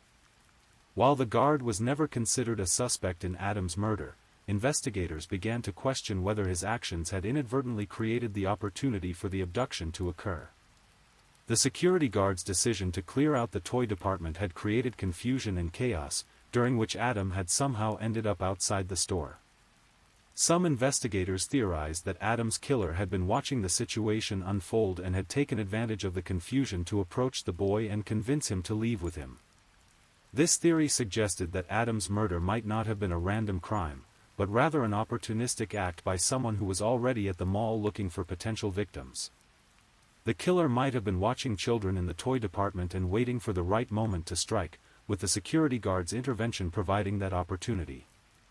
Another area of focus was the possibility that Adam's killer was someone who worked at or near the mall. Investigators interviewed employees from all the stores in the shopping center, looking for anyone who might have had access to Adam or who had displayed suspicious behavior around the time of the disappearance. They also examined the possibility that the killer was a regular customer at the mall, someone who was familiar with the layout and the routines of the stores and security personnel. This type of individual would have known how to move around the mall without attracting attention and would have understood the best times and places to approach potential victims. While the investigation continued, John and Reve Walsh channeled their grief and anger into advocacy work that would eventually change the way America deals with missing children. Their son's murder had exposed serious gaps in the system designed to protect children and help families find missing kids. One of the most shocking discoveries for the Walsh family was how little coordination existed between different law enforcement agencies when a child went missing. In 1981, there was no standardized system for sharing information about missing children across jurisdictions, no national database of suspected child predators, and no coordinated effort to publicize cases beyond the local level. John Walsh became a fierce advocate for legislative changes that would address these shortcomings. He worked with members of Congress to develop what would eventually become the Missing Children Act of 1982 and the National Child Search Assistance Act of 1990. These laws created national databases for missing children information and required law enforcement agencies to enter missing children cases into the National Crime Information Center database. The Walsh family also became involved in the creation of the National Center for Missing and Exploited Children, an organization that would become the clearinghouse for information about missing children cases and a resource for families dealing with similar tragedies. The center, which was established in 1984, represented a revolutionary approach to dealing with missing children cases, providing coordination and resources that had never existed before. Perhaps most famously, John Walsh became the host of America's Most Wanted, a television program that would help capture hundreds of fugitives and solve thousands of crimes over its long run. The show, which premiered in 1988, was directly inspired by the Adam Walsh case and represented John's determination to prevent other families from enduring what his family had experienced. As the years passed and the Adam Walsh case remained unsolved, it periodically received renewed attention from law enforcement agencies and the media. Cold case detectives would review the evidence, new witnesses would sometimes come forward, and advances in forensic science would offer new possibilities for analyzing old evidence. In the 1990s and early 2000s, several attempts were made to use new DNA testing techniques to analyze evidence from the case. However, the limited amount of physical evidence and the poor condition of what evidence did exist made this approach largely unsuccessful. The loss of crucial evidence, including carpeting from Otis Toole's car, continued to hamper these efforts. One significant development came in 2006, when the Hollywood Police Department assigned Detective Joe Matthews to conduct a comprehensive review of the Adam Walsh case. Matthews was an experienced investigator who specialized in cold cases, and he brought fresh eyes and new techniques to the investigation. Matthews' review of the case files revealed several pieces of evidence that had been overlooked or inadequately investigated by previous investigators. He found crime scene photographs that had never been properly analyzed, witness statements that had been filed away and forgotten, and forensic evidence that had never been fully processed. One of Matthews' most significant discoveries involved photographs taken of Otis Toole's car shortly after his arrest in 1983. Among the dozens of photos in the case file, Matthews found images that appeared to show bloodstains on the carpeting behind the driver's seat. More importantly, one photograph seemed to show what looked like the face of a young child pressed into the carpet fibers. Detective Matthews' analysis of the photographic evidence, combined with a comprehensive review of all the witness statements and physical evidence, led him to conclude that Otis Toole was indeed responsible for Adam Walsh's murder. While there were still inconsistencies in Toole's various confessions, Matthews believed that the overall pattern of evidence pointed clearly to Toole as the killer. On December 16, 2008, more than 27 years after Adam's disappearance, the Hollywood Police Department officially closed the case. Police Chief Chadwick Wagner announced that the department was satisfied that Otis Toole had killed Adam Walsh, and that no further investigation was warranted. The announcement brought a measure of closure to the Walsh family, though it was tempered by the fact that Toole had died in prison in 1996, taking any definitive answers to his grave. John Walsh expressed satisfaction that the case had finally been officially resolved, while acknowledging that many questions would remain forever unanswered. The decision to close the case was not without controversy.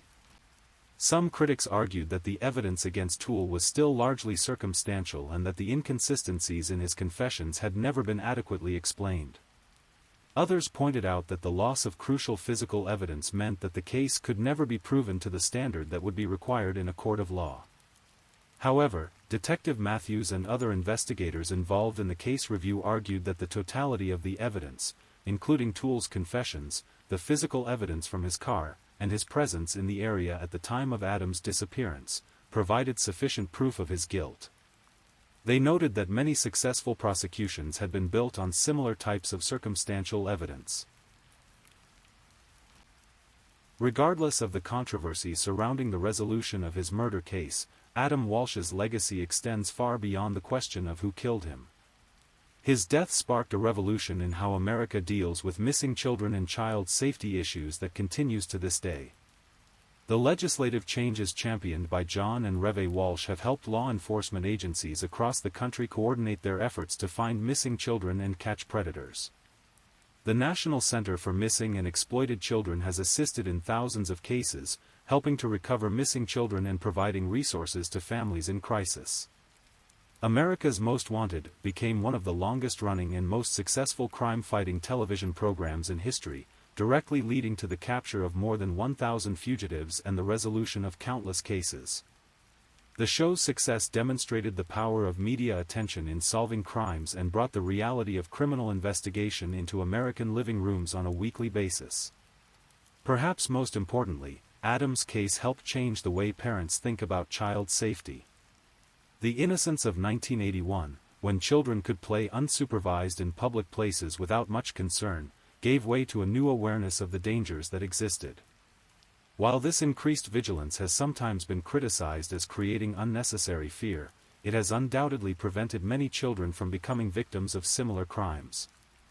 The Adam Walsh Child Protection and Safety Act, signed into law in 2006, created a national sex offender registry and enhanced penalties for crimes against children. The law represented the culmination of more than 2 decades of advocacy work by the Walsh family and demonstrated how personal tragedy can be transformed into positive social change. Despite the official closure of the case, many questions about Adam Walsh's murder remain unanswered. The loss of crucial physical evidence means that some aspects of the crime will likely never be fully understood, and the contradictions in Otis Toole's various confessions continue to raise doubts about exactly what happened on that July afternoon in 1981. One persistent question involves the timeline of events at the mall. While it's clear that Adam disappeared sometime between 12:30 and 1 p.m., the exact sequence of events that led to his abduction remains unclear. How did he end up outside the store? Who approached him and how did they convince him to leave? These crucial details may never be known. Another unanswered question involves Toole's motivation for the crime. While he confessed to killing Adam, he never provided a consistent or believable explanation for why he targeted this particular child. Some investigators have theorized that the crime was opportunistic, with Toole simply taking advantage of the chaos in the toy department to grab a vulnerable child. Others have suggested that he may have been watching Adam or the family beforehand. The question of whether Toole acted alone or had an accomplice has also never been definitively resolved. Some of his confessions suggested that Henry Lee Lucas was present during the crime, while others indicated that he acted by himself. Given the unreliable nature of both men's statements, this aspect of the case remains murky. Today, more than 4 decades after Adam Walsh's murder, his case continues to influence American society in ways both obvious and subtle.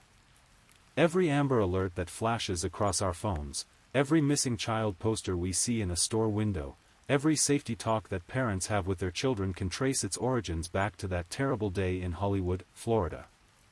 The case also highlights the evolution of criminal investigation techniques and the challenges that law enforcement faces in solving complex crimes. The limitations of 1981-era forensic science, the problems with evidence preservation, and the difficulties of managing a high-profile investigation all contributed to the prolonged uncertainty surrounding Adam's murder. For the Walsh family, the case represents both their greatest tragedy and their most important work. John Walsh has often said that he would give up everything he has accomplished in child advocacy if he could have his son back, but he has also acknowledged that Adam's death gave meaning to his life and allowed him to help countless other families. The story of Adam Walsh serves as a reminder of both the vulnerability of children and the resilience of families faced with unimaginable loss. It demonstrates how personal tragedy can be transformed into public good, and how the death of one child can ultimately help protect thousands of others. As we reach the end of this long and difficult story, it's important to remember that behind all the investigation details, legal proceedings, and policy changes was a real child who lost his life far too soon. Adam Walsh was just 6 years old when he disappeared from that Sears toy department, a little boy who loved video games and had his whole life ahead of him. While we may never know all the details of what happened to Adam on that July day in 1981, we do know that his death was not in vain. The changes that resulted from his case have made America a safer place for children, and the awareness raised about child predators and missing children has undoubtedly prevented many other tragedies. The case of Adam Walsh reminds us that evil exists in the world, but it also shows us that good people can respond to that evil by working to make things better. John and Reve Walsh could have been consumed by grief and anger after losing their son, but instead they chose to channel those emotions into positive action that has benefited countless other families. Tonight, as you drift off to sleep, remember Adam Walsh not just as a victim of a terrible crime, but as a symbol of how love can triumph over hate, how purpose can emerge from tragedy, and how the loss of one child can inspire a movement that protects all children. His story is ultimately one of hope emerging from darkness, and of the power that ordinary people have to create extraordinary change in the world. The investigation may be closed, but Adam's legacy lives on in every child who comes home safely, every predator who is caught before they can harm another victim, and every family that is spared the nightmare that the Walsh family endured.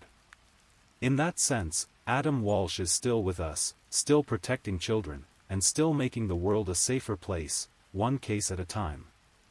I'm just putting it out there. If you're still awake and listening, drop a comment. Let me know where you're tuning in from, the time in your part of the world, or just say something to let me know you're still with me. And of course, if you haven't already, like this video and subscribe so you don't miss the next true crime story for sleep. Now, let's move on to our fourth story. Story 4. In the summer of 1997, Lancaster, California, was a place where young people came to start over, to build new lives away from the complexities of their past. The desert community, about an hour north of Los Angeles, offered affordable housing and the promise of fresh beginnings. For 21-year-old Richard Cowles Jr., known to everyone as Ricky, it represented exactly that kind of opportunity. Ricky was the kind of young man who seemed to carry sunshine with him wherever he went. Those who knew him described him as having an infectious warmth, the sort of person who could walk into a room full of strangers and leave with a handful of new friends. He worked as an electrician, a trade that suited his practical nature and provided steady income for someone his age. His hands, calloused from honest work, told the story of a young man who wasn't afraid to build his future one wire, one connection at a time. But perhaps what brought Ricky the most joy in the summer of 1997 was the knowledge that he was about to become a father again. His girlfriend, Amy Lynn Priesmeier, was 15 weeks pregnant, and despite the complexities that came with their relationship, Ricky embraced the responsibility with genuine enthusiasm. At 21, he already had one child from a previous relationship, and the prospect of expanding his family seemed to energize him in ways that those close to him found endearing. Amy was 16 years old, a teenager caught between childhood and adult responsibilities in ways that few her age ever experience. She had moved in with Ricky in his small apartment on Gadsden Avenue, along with their mutual friend, Jennifer Kellogg. The arrangement was practical more than romantic, three young people sharing expenses and trying to make their way in the world. The apartment itself was modest, the kind of place that served as a stepping stone rather than a destination, but Ricky had made it feel like home. The relationship between Ricky and Amy was complicated in the way that relationships often are when they involve people at very different stages of their lives. While Ricky seemed genuinely excited about the pregnancy and the future it represented, Amy's feelings were far more conflicted. At 16, pregnancy meant the end of the carefree teenage years she felt she deserved. The weight of impending motherhood pressed down on her in ways that made her resentful, angry, and ultimately, dangerous. What those around them didn't fully understand at the time was the depth of Amy's anger. In her mind, Ricky had stolen something from her, her youth, her freedom, her ability to party and live the life she believed a teenager should live.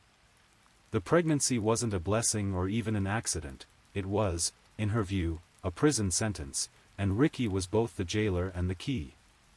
As summer moved toward its end, the dynamics in the small apartment grew increasingly strained. Amy's resentment simmered beneath the surface of their daily interactions, while Ricky, perhaps willfully blind to the growing tension, continued to plan for their future together. He talked about names for the baby, about cribs and car seats, about all the small details that excited him about becoming a father again. But Amy had begun to have very different conversations, though not with Ricky.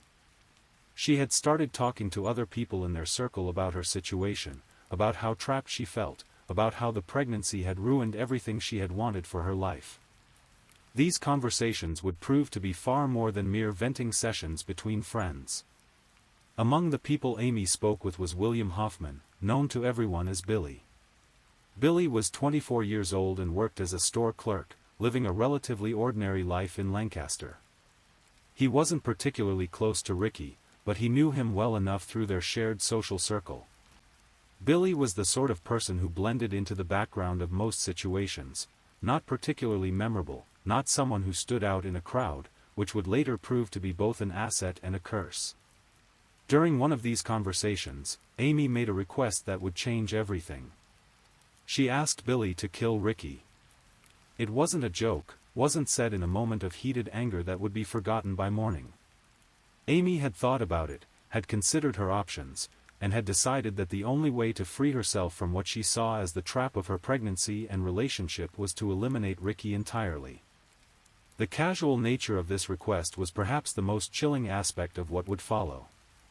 Amy didn't approach Billy with elaborate plans or dramatic presentations about why Ricky needed to die. Instead, she presented it as a practical solution to a practical problem, as if she were asking him to help her move furniture or drive her to the store. Billy's agreement was equally disturbing in its simplicity. He didn't spend weeks agonizing over the decision, didn't lose sleep wondering if he could actually go through with killing another human being. When Amy asked him to murder her boyfriend, Billy simply said yes. The transformation from store clerk to hired killer happened in the space of a single conversation. The plan they developed was straightforward but required precise timing.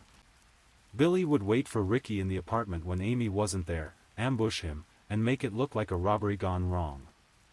They chose August 12, 1997, as the date when their plan would unfold, a date that would forever divide the lives of everyone connected to Ricky Cowles Jr. into before and after. On that sweltering Tuesday morning, Amy left the apartment as she normally would, but this time knowing that she would not see Ricky alive again. The knowledge of what was about to happen sat with her as she went about her day, a secret that would have destroyed most people but that Amy carried with remarkable composure. Ricky, meanwhile, went about what would be the last morning of his life with no knowledge of what awaited him. He likely thought about work, about the baby on the way, about the 1,000 small concerns and hopes that fill the minds of 21-year-old men trying to build a life for themselves and their families. The apartment on Gadsden Avenue was quiet, peaceful even, in the way that homes are when their occupants feel safe and secure. Billy arrived sometime that morning, entering the apartment with the key Amy had given him or perhaps through an unlocked door. The exact mechanics of his entry would never be fully established, but what happened next was reconstructed through physical evidence and Billy's eventual confession. Ricky was in the bedroom when Billy found him. There's no record of what, if anything, was said between them in those final moments. Did Ricky recognize Billy? Did he understand what was happening, or did confusion dominate his last thoughts? These are questions that would haunt those who loved Ricky and would never be fully answered. Billy had brought a claw hammer with him, and he used it to beat Ricky before pulling out a gun and shooting him in the head.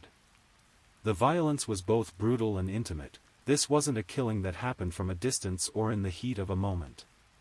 Billy had to be close to Ricky, had to see his face, had to witness the life leaving his eyes. The gunshot wound to the head was fatal, but Ricky didn't die immediately. He lay on the bedroom floor, bleeding, as Billy left the apartment and went about the rest of his day as if nothing had happened. The casual nature of Billy's departure, the way he simply walked away from the scene of the murder and returned to his normal routine, would later strike investigators and prosecutors as particularly chilling. Amy returned home that afternoon to find exactly what she expected to find, but her performance upon discovering Ricky's body was worthy of an Academy Award. Her 911 call was filled with panic, desperation, and what sounded like genuine shock and grief. "Oh my God! Help me, please," she told the emergency operator, her voice breaking with what seemed like overwhelming emotion. "He's not moving or anything." The paramedics who responded to the call found Amy in what appeared to be a state of complete devastation. She was crying, shaking, and seemed genuinely traumatized by the sight of her boyfriend lying in a pool of blood on their bedroom floor.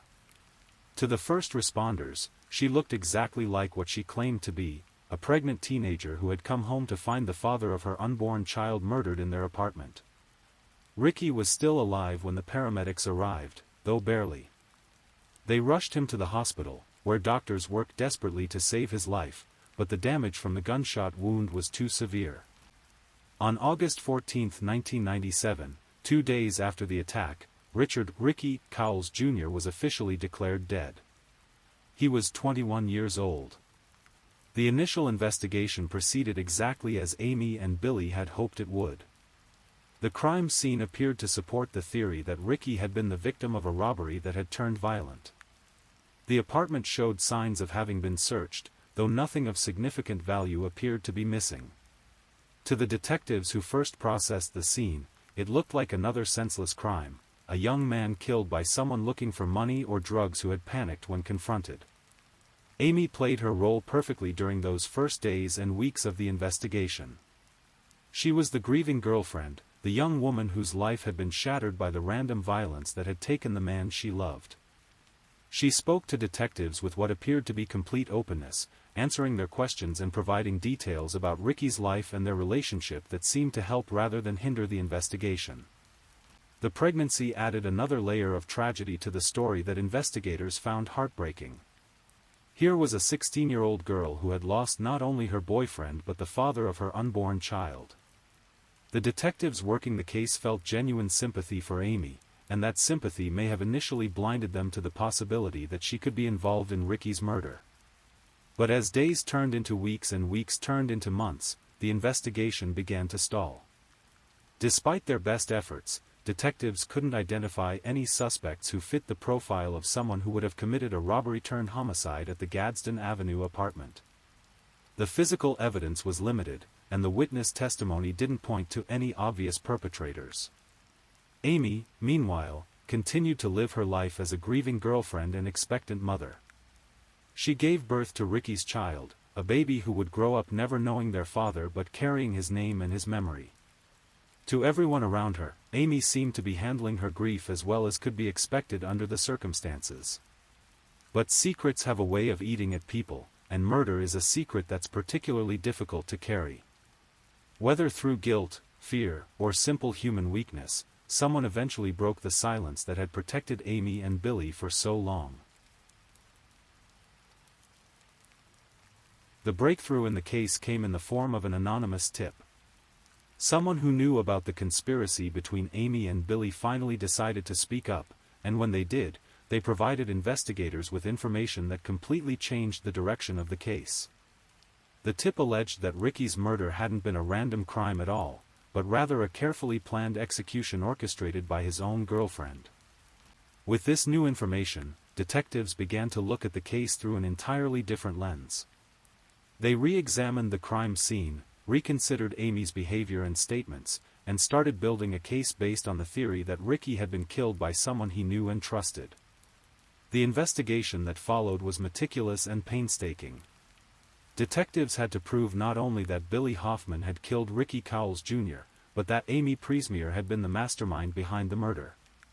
This meant building a case that relied heavily on witness testimony and circumstantial evidence, as there was little physical evidence directly connecting Amy to the crime.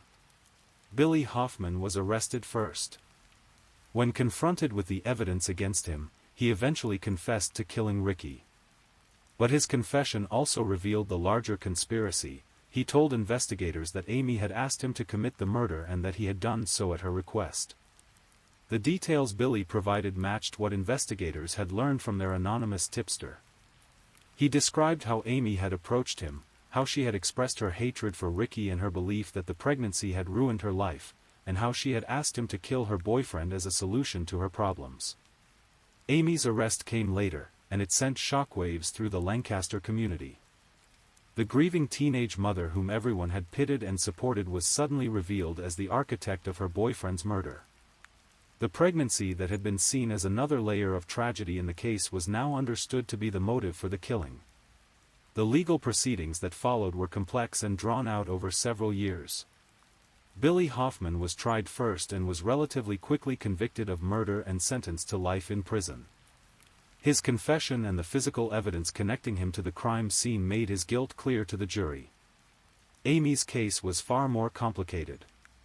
She was charged with murder, solicitation of murder, and conspiracy to commit murder, but proving her guilt required demonstrating that she had not only wanted Ricky dead but had actively worked to make that happen.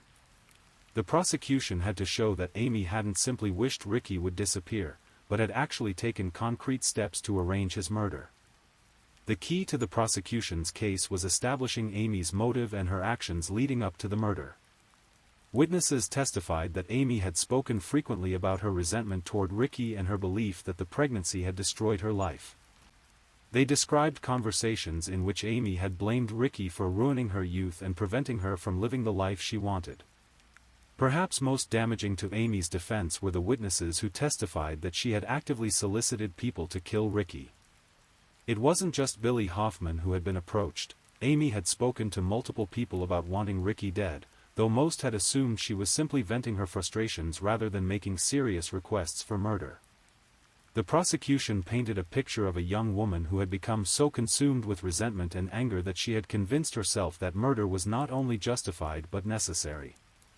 They argued that Amy saw Ricky's death as the only way to free herself from what she perceived as the trap of their relationship and her pregnancy. Amy's defense team faced an uphill battle. They couldn't deny that Amy had made statements about wanting Ricky dead. Too many witnesses had heard her say such things. Instead, they tried to argue that Amy's words had been the complaints of a frustrated teenager rather than serious solicitations for murder. They portrayed her as someone who had been venting her anger and confusion about her situation rather than actively planning her boyfriend's death. The defense also emphasized Amy's age and the overwhelming nature of her circumstances. At 16, pregnant, and in a relationship with an older man, Amy had been under enormous pressure and stress. Her lawyers argued that while her words and actions had been inappropriate and wrong, they didn't rise to the level of criminal conspiracy.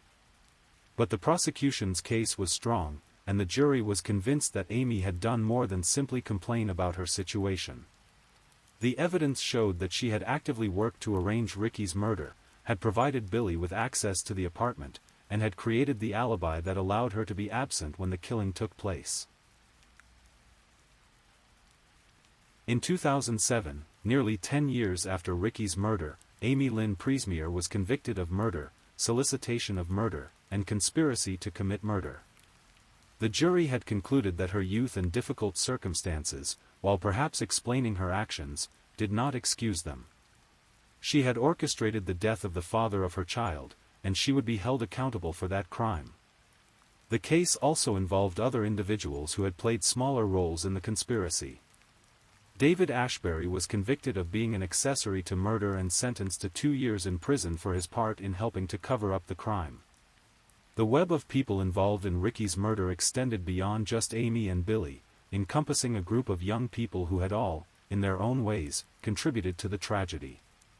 Throughout all of these legal proceedings, one figure remained absent: Ricky Cowles Jr. himself. The young man whose life had been cut short at 21 became, in some ways, a secondary character in his own murder case. The focus shifted to Amy's motives, Billy's actions, and the complex legal questions surrounding conspiracy and solicitation. But those who had known and loved Ricky never forgot who he had been. They remembered his warmth, his excitement about becoming a father again, his plans for the future that would never come to fruition. They remembered a young man who had worked hard, loved deeply, and faced his responsibilities with courage and optimism. The pregnancy that had motivated his murder resulted in the birth of a child who would carry Ricky's memory forward. That child, born to a mother in prison for orchestrating their father's death, represents perhaps the most complex legacy of this tragedy, a life that exists because of love but in the shadow of murder.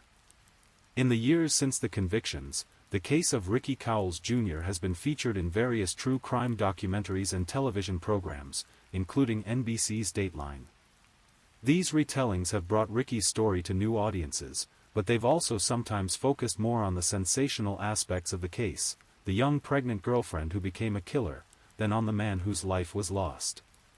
Amy Priesmeier served her sentence in the California prison system, becoming another statistic in a criminal justice system that struggles to balance punishment with rehabilitation. Her youth at the time of the crime had sparked debate about appropriate sentencing for juvenile offenders, even those convicted of the most serious crimes. Billy Hoffman remained in prison, serving his life sentence for the murder he committed at Amy's request. His transformation from store clerk to killer illustrated the sometimes thin line between ordinary life and extraordinary violence, and the power that manipulation and persuasion can have over vulnerable individuals. The apartment on Gadsden Avenue where Ricky died has likely housed many other young people in the years since 1997, most of them unaware of the tragedy that occurred within its walls. Lancaster continues to be a place where people come to start over, to build new lives, though it now carries the memory of a young man whose own fresh start was cut short by those he trusted most. The case raises questions that extend far beyond the specific circumstances of Ricky's murder. How does a 16-year-old girl become so consumed with anger and resentment that she arranges the death of her boyfriend? What factors in Amy's life and personality led her to see murder as a solution to her problems? How does a seemingly ordinary young man like Billy Hoffman agree to commit such a violent act for someone else's benefit? These questions don't have easy answers, and perhaps that's what makes Ricky's story so haunting. It's not a case where the motivations are clear-cut or the characters easily categorized as heroes and villains. Instead, it's a story about young people making catastrophic decisions, about the weight of responsibility and the consequences of anger, about the fragility of life and the permanence of death. For Ricky's family and friends, the legal resolution of the case brought some measure of justice but could never bring back the young man they had lost.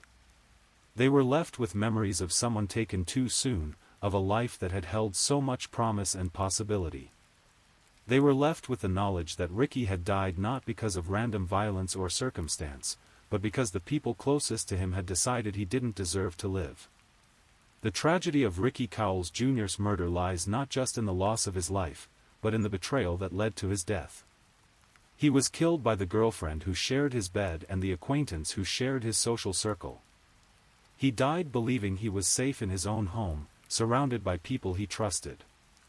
That betrayal, perhaps more than the violence itself, represents the deepest wound left by his murder. As we remember Ricky's story, we're reminded of the preciousness of life and the devastating consequences that can flow from unchecked anger and resentment. His death serves as a warning about the dangerous power of manipulation and the importance of recognizing when frustration and anger cross the line into something far more sinister. Ricky Cowles Jr. was 21 years old when he died, a young man with calloused hands and big dreams, excited about becoming a father and building a life for his family. His story ends not with the fulfillment of those dreams, but with their brutal termination at the hands of those who should have protected and loved him. In remembering his life and mourning his death, we honor not just his memory, but the memory of all those whose lives are cut short by the violence of others. The desert community of Lancaster, California, continues to be home to young people seeking fresh starts and new beginnings. But it also carries the memory of Ricky Cowles Jr., a reminder that even in places of hope and possibility, tragedy can strike with devastating suddenness. His story serves as both a memorial to a life lost too soon and a cautionary tale about the deadly consequences of betrayal and violence. In the quiet moments of remembrance, away from the legal proceedings and media coverage, Ricky Cowles Jr. is remembered as he lived, as a young man full of hope, excitement about his future, and love for his family. That is perhaps the most fitting memorial to his life, not the circumstances of his death, but the warmth and promise of the life he lived, however briefly, and the dreams he carried with him until the very end. Please, if you're still awake, let's move on to our last story. Story 5. Tonight, we'll explore a case that shook a small North Dakota college town and ultimately revealed how determination and forensic science can bring justice to light. In the rolling plains of North Dakota, where endless fields stretch toward distant horizons and the wind carries stories across vast open spaces, there lived a young woman whose life embodied the very best of small-town America. Mindy Morgenstern was born on April 29, 1984, in Bogota, Colombia. She was adopted at a young age by Larry and Eunice Morgenstern and raised in New Salem, Massachusetts. But it was in North Dakota where her story truly began to unfold. The Morgenstern family farm in New Salem was more than just a home, it was a place where character was built through hard work and where family bonds grew as strong as the prairie grass. Mindy quickly bonded with her siblings, Michael, Rebecca, and April, and they shared a close-knit childhood on the family farm. Here, surrounded by the rhythms of rural life, Mindy developed the qualities that would define her: resilience, warmth, and an unwavering determination to help others. The tomboy/farm girl who played high school basketball and drove a tractor around the family farm was not content to simply exist in her small corner of the world. Mindy had dreams that extended far beyond the farm's boundaries, yet she never lost touch with the values that had shaped her. A farm girl at heart, she enjoyed helping with chores such as baling, loading hay and milking, even as she pursued her education and built her future. Music flowed through Mindy's life like a gentle stream. Morgenstern was musically inclined and sang in choirs and played the piano and clarinet. In the quiet evenings after farm work was done, the sound of piano keys would drift from the Morgenstern home, carrying melodies that spoke of dreams and aspirations. Faith, too, was a cornerstone of her existence. She was also active in First Church of the Nazarene as well as the university's Fellowship of Christian Athletes. By 2006, at 22 years old, Mindy had found her place at Valley City State University, about 3 hours east of her family home. Mindy, a 22-year-old senior at Valley City State University, was thriving in the college environment. The small university town of Valley City, with its tree-lined streets and close-knit community, felt like an extension of the farm life she had always known, yet it offered the opportunities and independence she craved.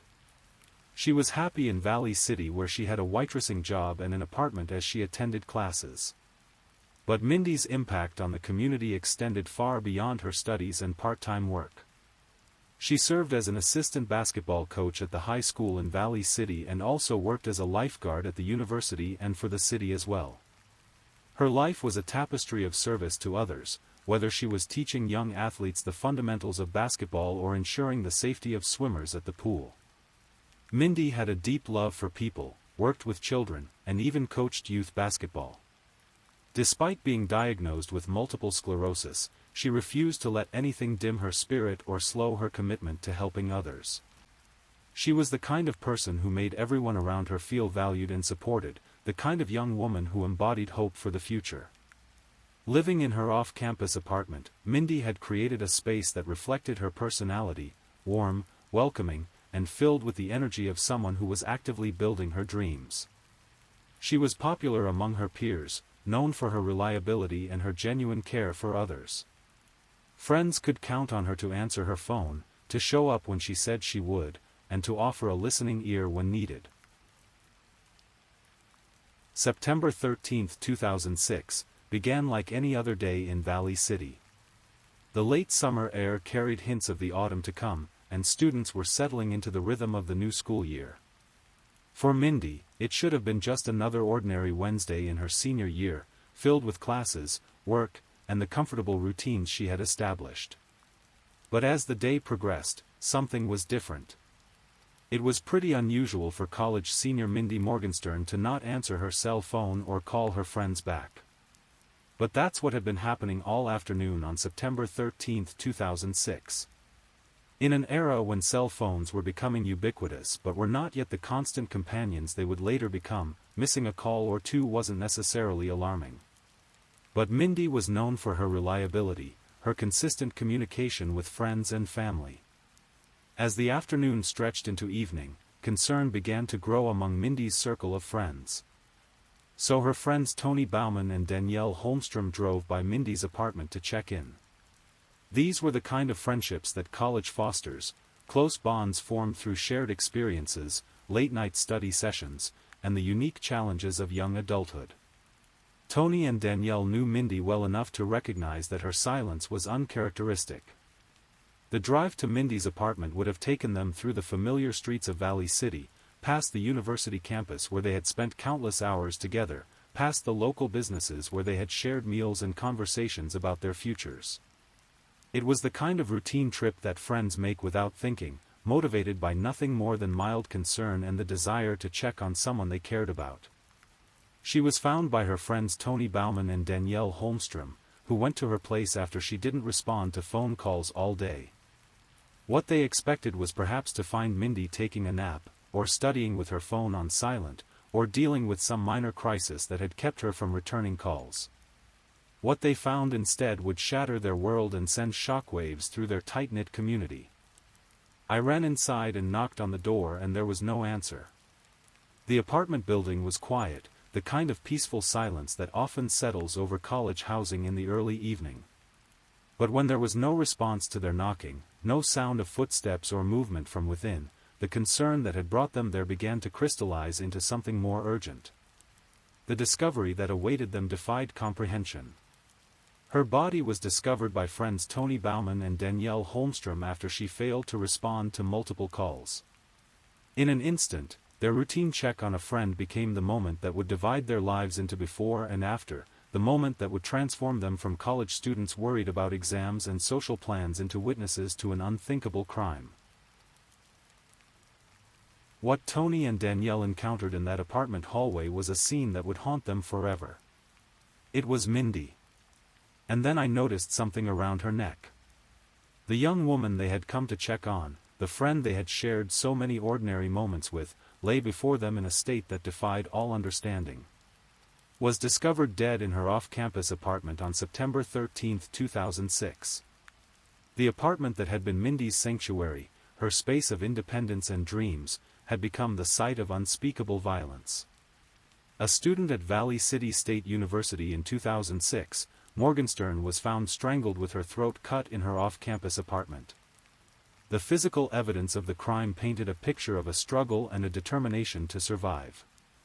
Cops found a broken knife in her throat, and her body was covered in ammonia inside her North Dakota apartment.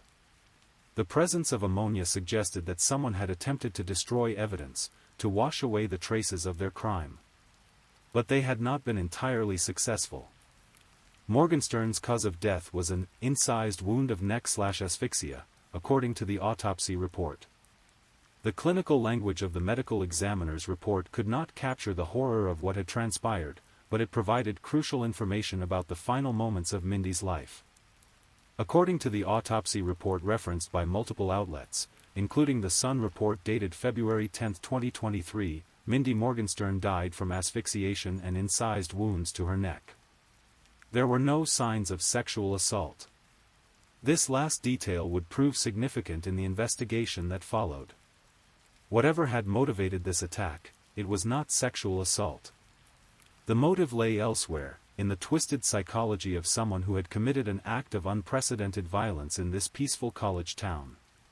Valley City State University student Mindy Morgenstern died of strangulation and a deep cut to her neck, but the evidence suggested she had not died without a fight. Beneath her fingernails, investigators would find traces of her attacker, crucial DNA evidence that would ultimately lead to justice. After investigators combed through the scene and Mindy's body was examined, they found that the DNA under her fingernails matched that of someone who lived much closer than anyone initially imagined. The murder of Mindy Morgenstern sent shockwaves through Valley City State University and the surrounding community.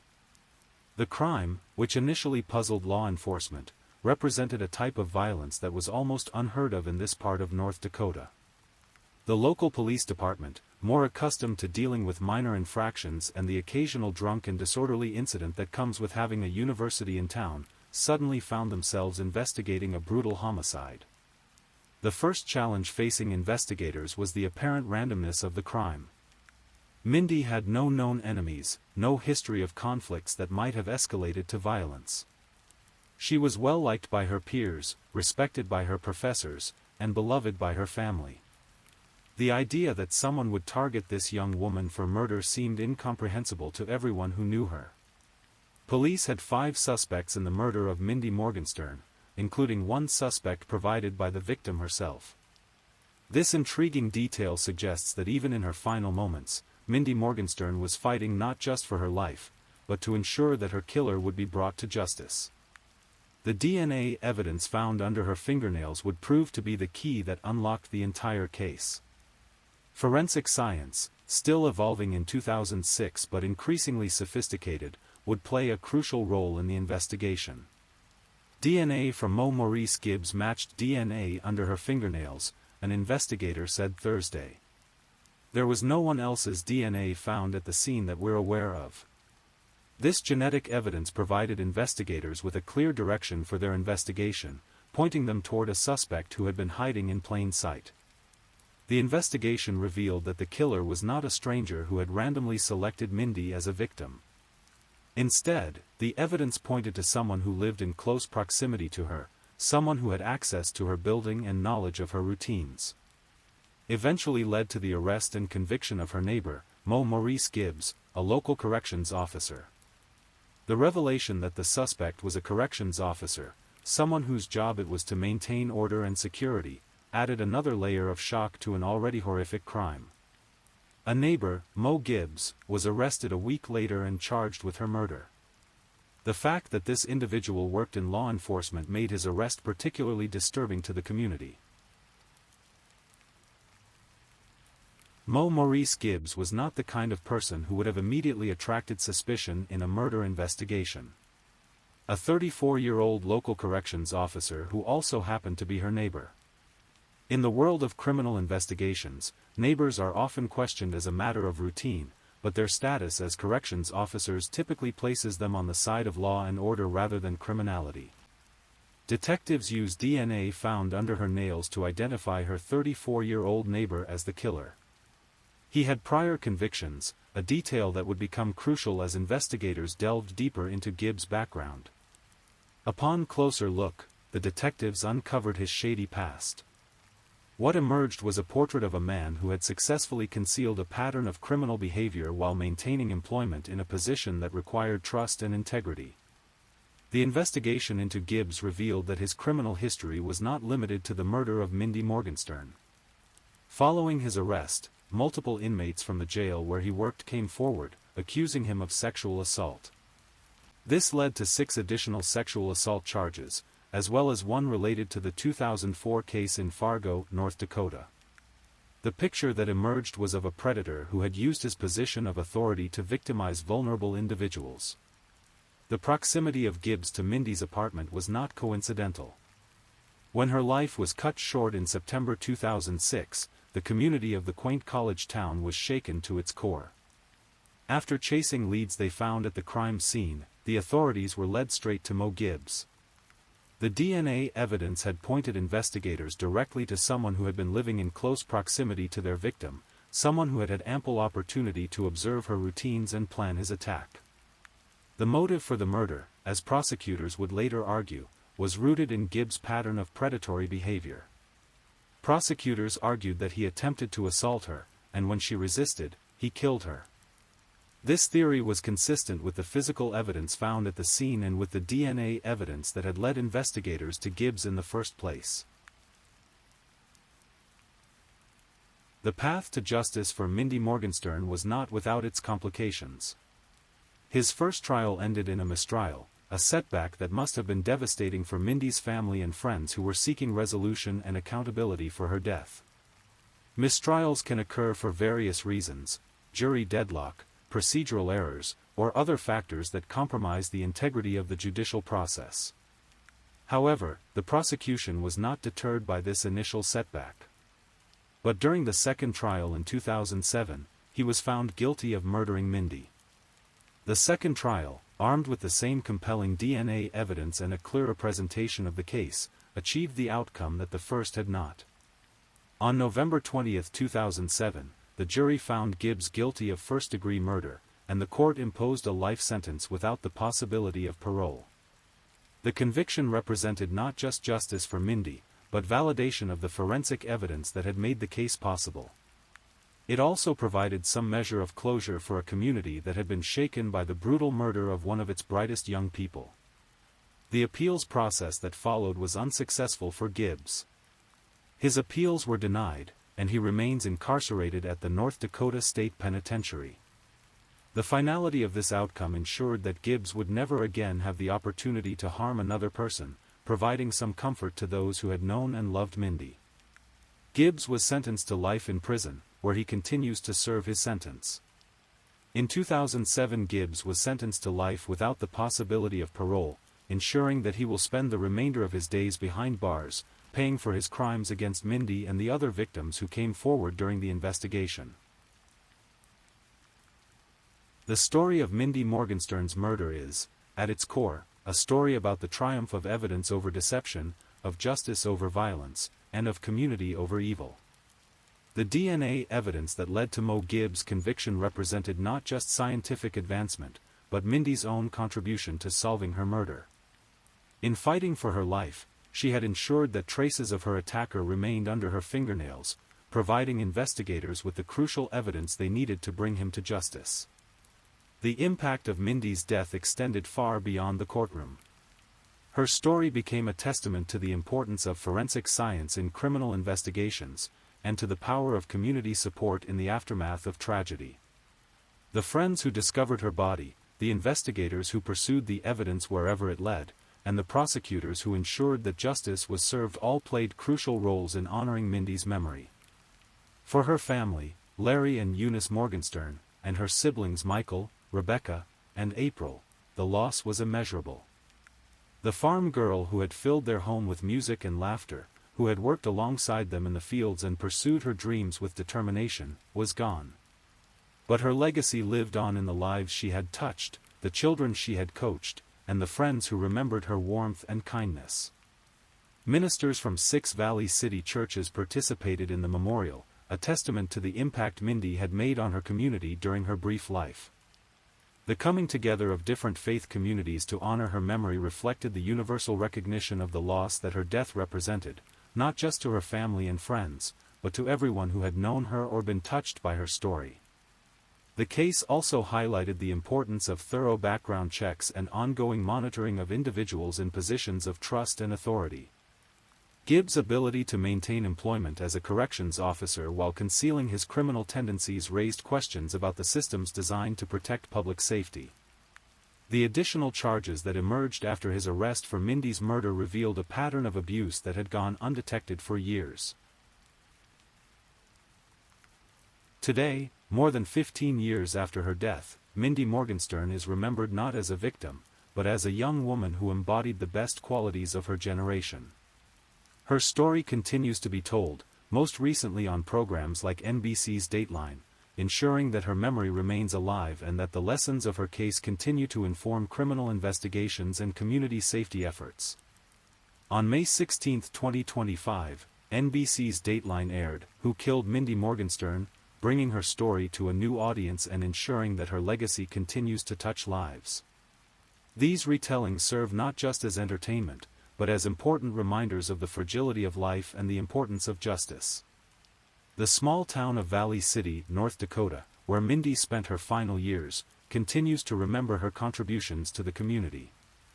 The high school basketball players she coached, the children she supervised as a lifeguard, and the fellow students she encouraged and supported all carry forward pieces of her legacy. In a very real sense, Mindy Morgenstern's influence continues to ripple outward, touching lives she never could have imagined. Her story also serves as a reminder of the importance of looking out for one another, of the kind of friendship that Tony Bauman and Danielle Holmstrom demonstrated when they became concerned about their friend's silence. In a world that can sometimes seem impersonal and disconnected, the bonds of genuine friendship and community support remain powerful forces for good. From a purely investigative standpoint, the Mindy Morgenstern case demonstrates the critical importance of physical evidence in solving crimes. The DNA found under her fingernails provided investigators with an unambiguous link to her killer, eliminating any possibility that Mo Gibbs could successfully claim innocence. This case helped establish DNA evidence as a cornerstone of modern criminal investigation, paving the way for countless other cases to be solved through genetic analysis. The case also illustrated the value of thorough crime scene investigation and the importance of preserving every possible piece of evidence. The investigators who processed Mindy's apartment and examined her body with meticulous care ensured that no crucial evidence was overlooked. Their professional competence and dedication to thoroughness made the eventual conviction possible. For law enforcement agencies, particularly in smaller communities like Valley City, the case provided valuable experience in handling complex homicide investigations. The successful prosecution of Mo Gibbs demonstrated that even in rural areas with limited resources, sophisticated criminal investigations could be conducted effectively when proper procedures were followed and evidence was carefully preserved and analyzed. As we conclude this account of Mindy Morgenstern's life and death, it's important to remember that behind every true crime story is a real person whose life was cut short, whose dreams were never realized, whose potential was never fully explored. Mindy was more than the victim of a sensational crime. She was a daughter, sister, friend, coach, and mentor whose influence extended far beyond the tragic circumstances of her death. Her story reminds us that evil can sometimes hide behind facades of respectability and authority, that the people we trust to protect us can sometimes be the very ones who pose the greatest danger. But it also reminds us that justice, though sometimes delayed, can ultimately prevail when communities come together, when evidence is carefully preserved and analyzed, and when dedicated professionals refuse to give up in their pursuit of truth. The DNA evidence that convicted Mo Gibbs was, in a very real sense, Mindy's final gift to the world, her last act of resistance against the evil that had destroyed her life. In fighting for her survival, she ensured that her killer would not escape justice, that her death would not go unavenged, and that her story would serve as both a warning and an inspiration for others. In the quiet moments before sleep, when we reflect on the stories that shape our understanding of the world, the story of Mindy Morgenstern stands as a testament to the enduring power of love, community, and justice. Her life, though tragically brief, continues to illuminate the darkness, reminding us that even in the face of unspeakable evil, hope and justice can ultimately prevail. The farm girl from New Salem, North Dakota, who filled her world with music and service to others, left behind a legacy that extends far beyond the boundaries of her small community. In remembering Mindy Morgenstern, we honor not just her memory, but the values she embodied and the justice she helped achieve, even in death. And so, as we drift toward sleep, we carry with us the memory of a young woman whose life, though cut short, continues to matter, whose story continues to inspire, and whose legacy continues to remind us of the importance of looking out for one another in a world that can sometimes be dark and dangerous, but is ultimately redeemed by the love and courage of people like Mindy Morgenstern. Thank you for listening to tonight's true crime story. Rest peacefully, knowing that another story awaits you next time, ready to accompany you on another journey toward restorative sleep. But if you're still awake, don't forget to like and subscribe so you don't miss our next true crime stories.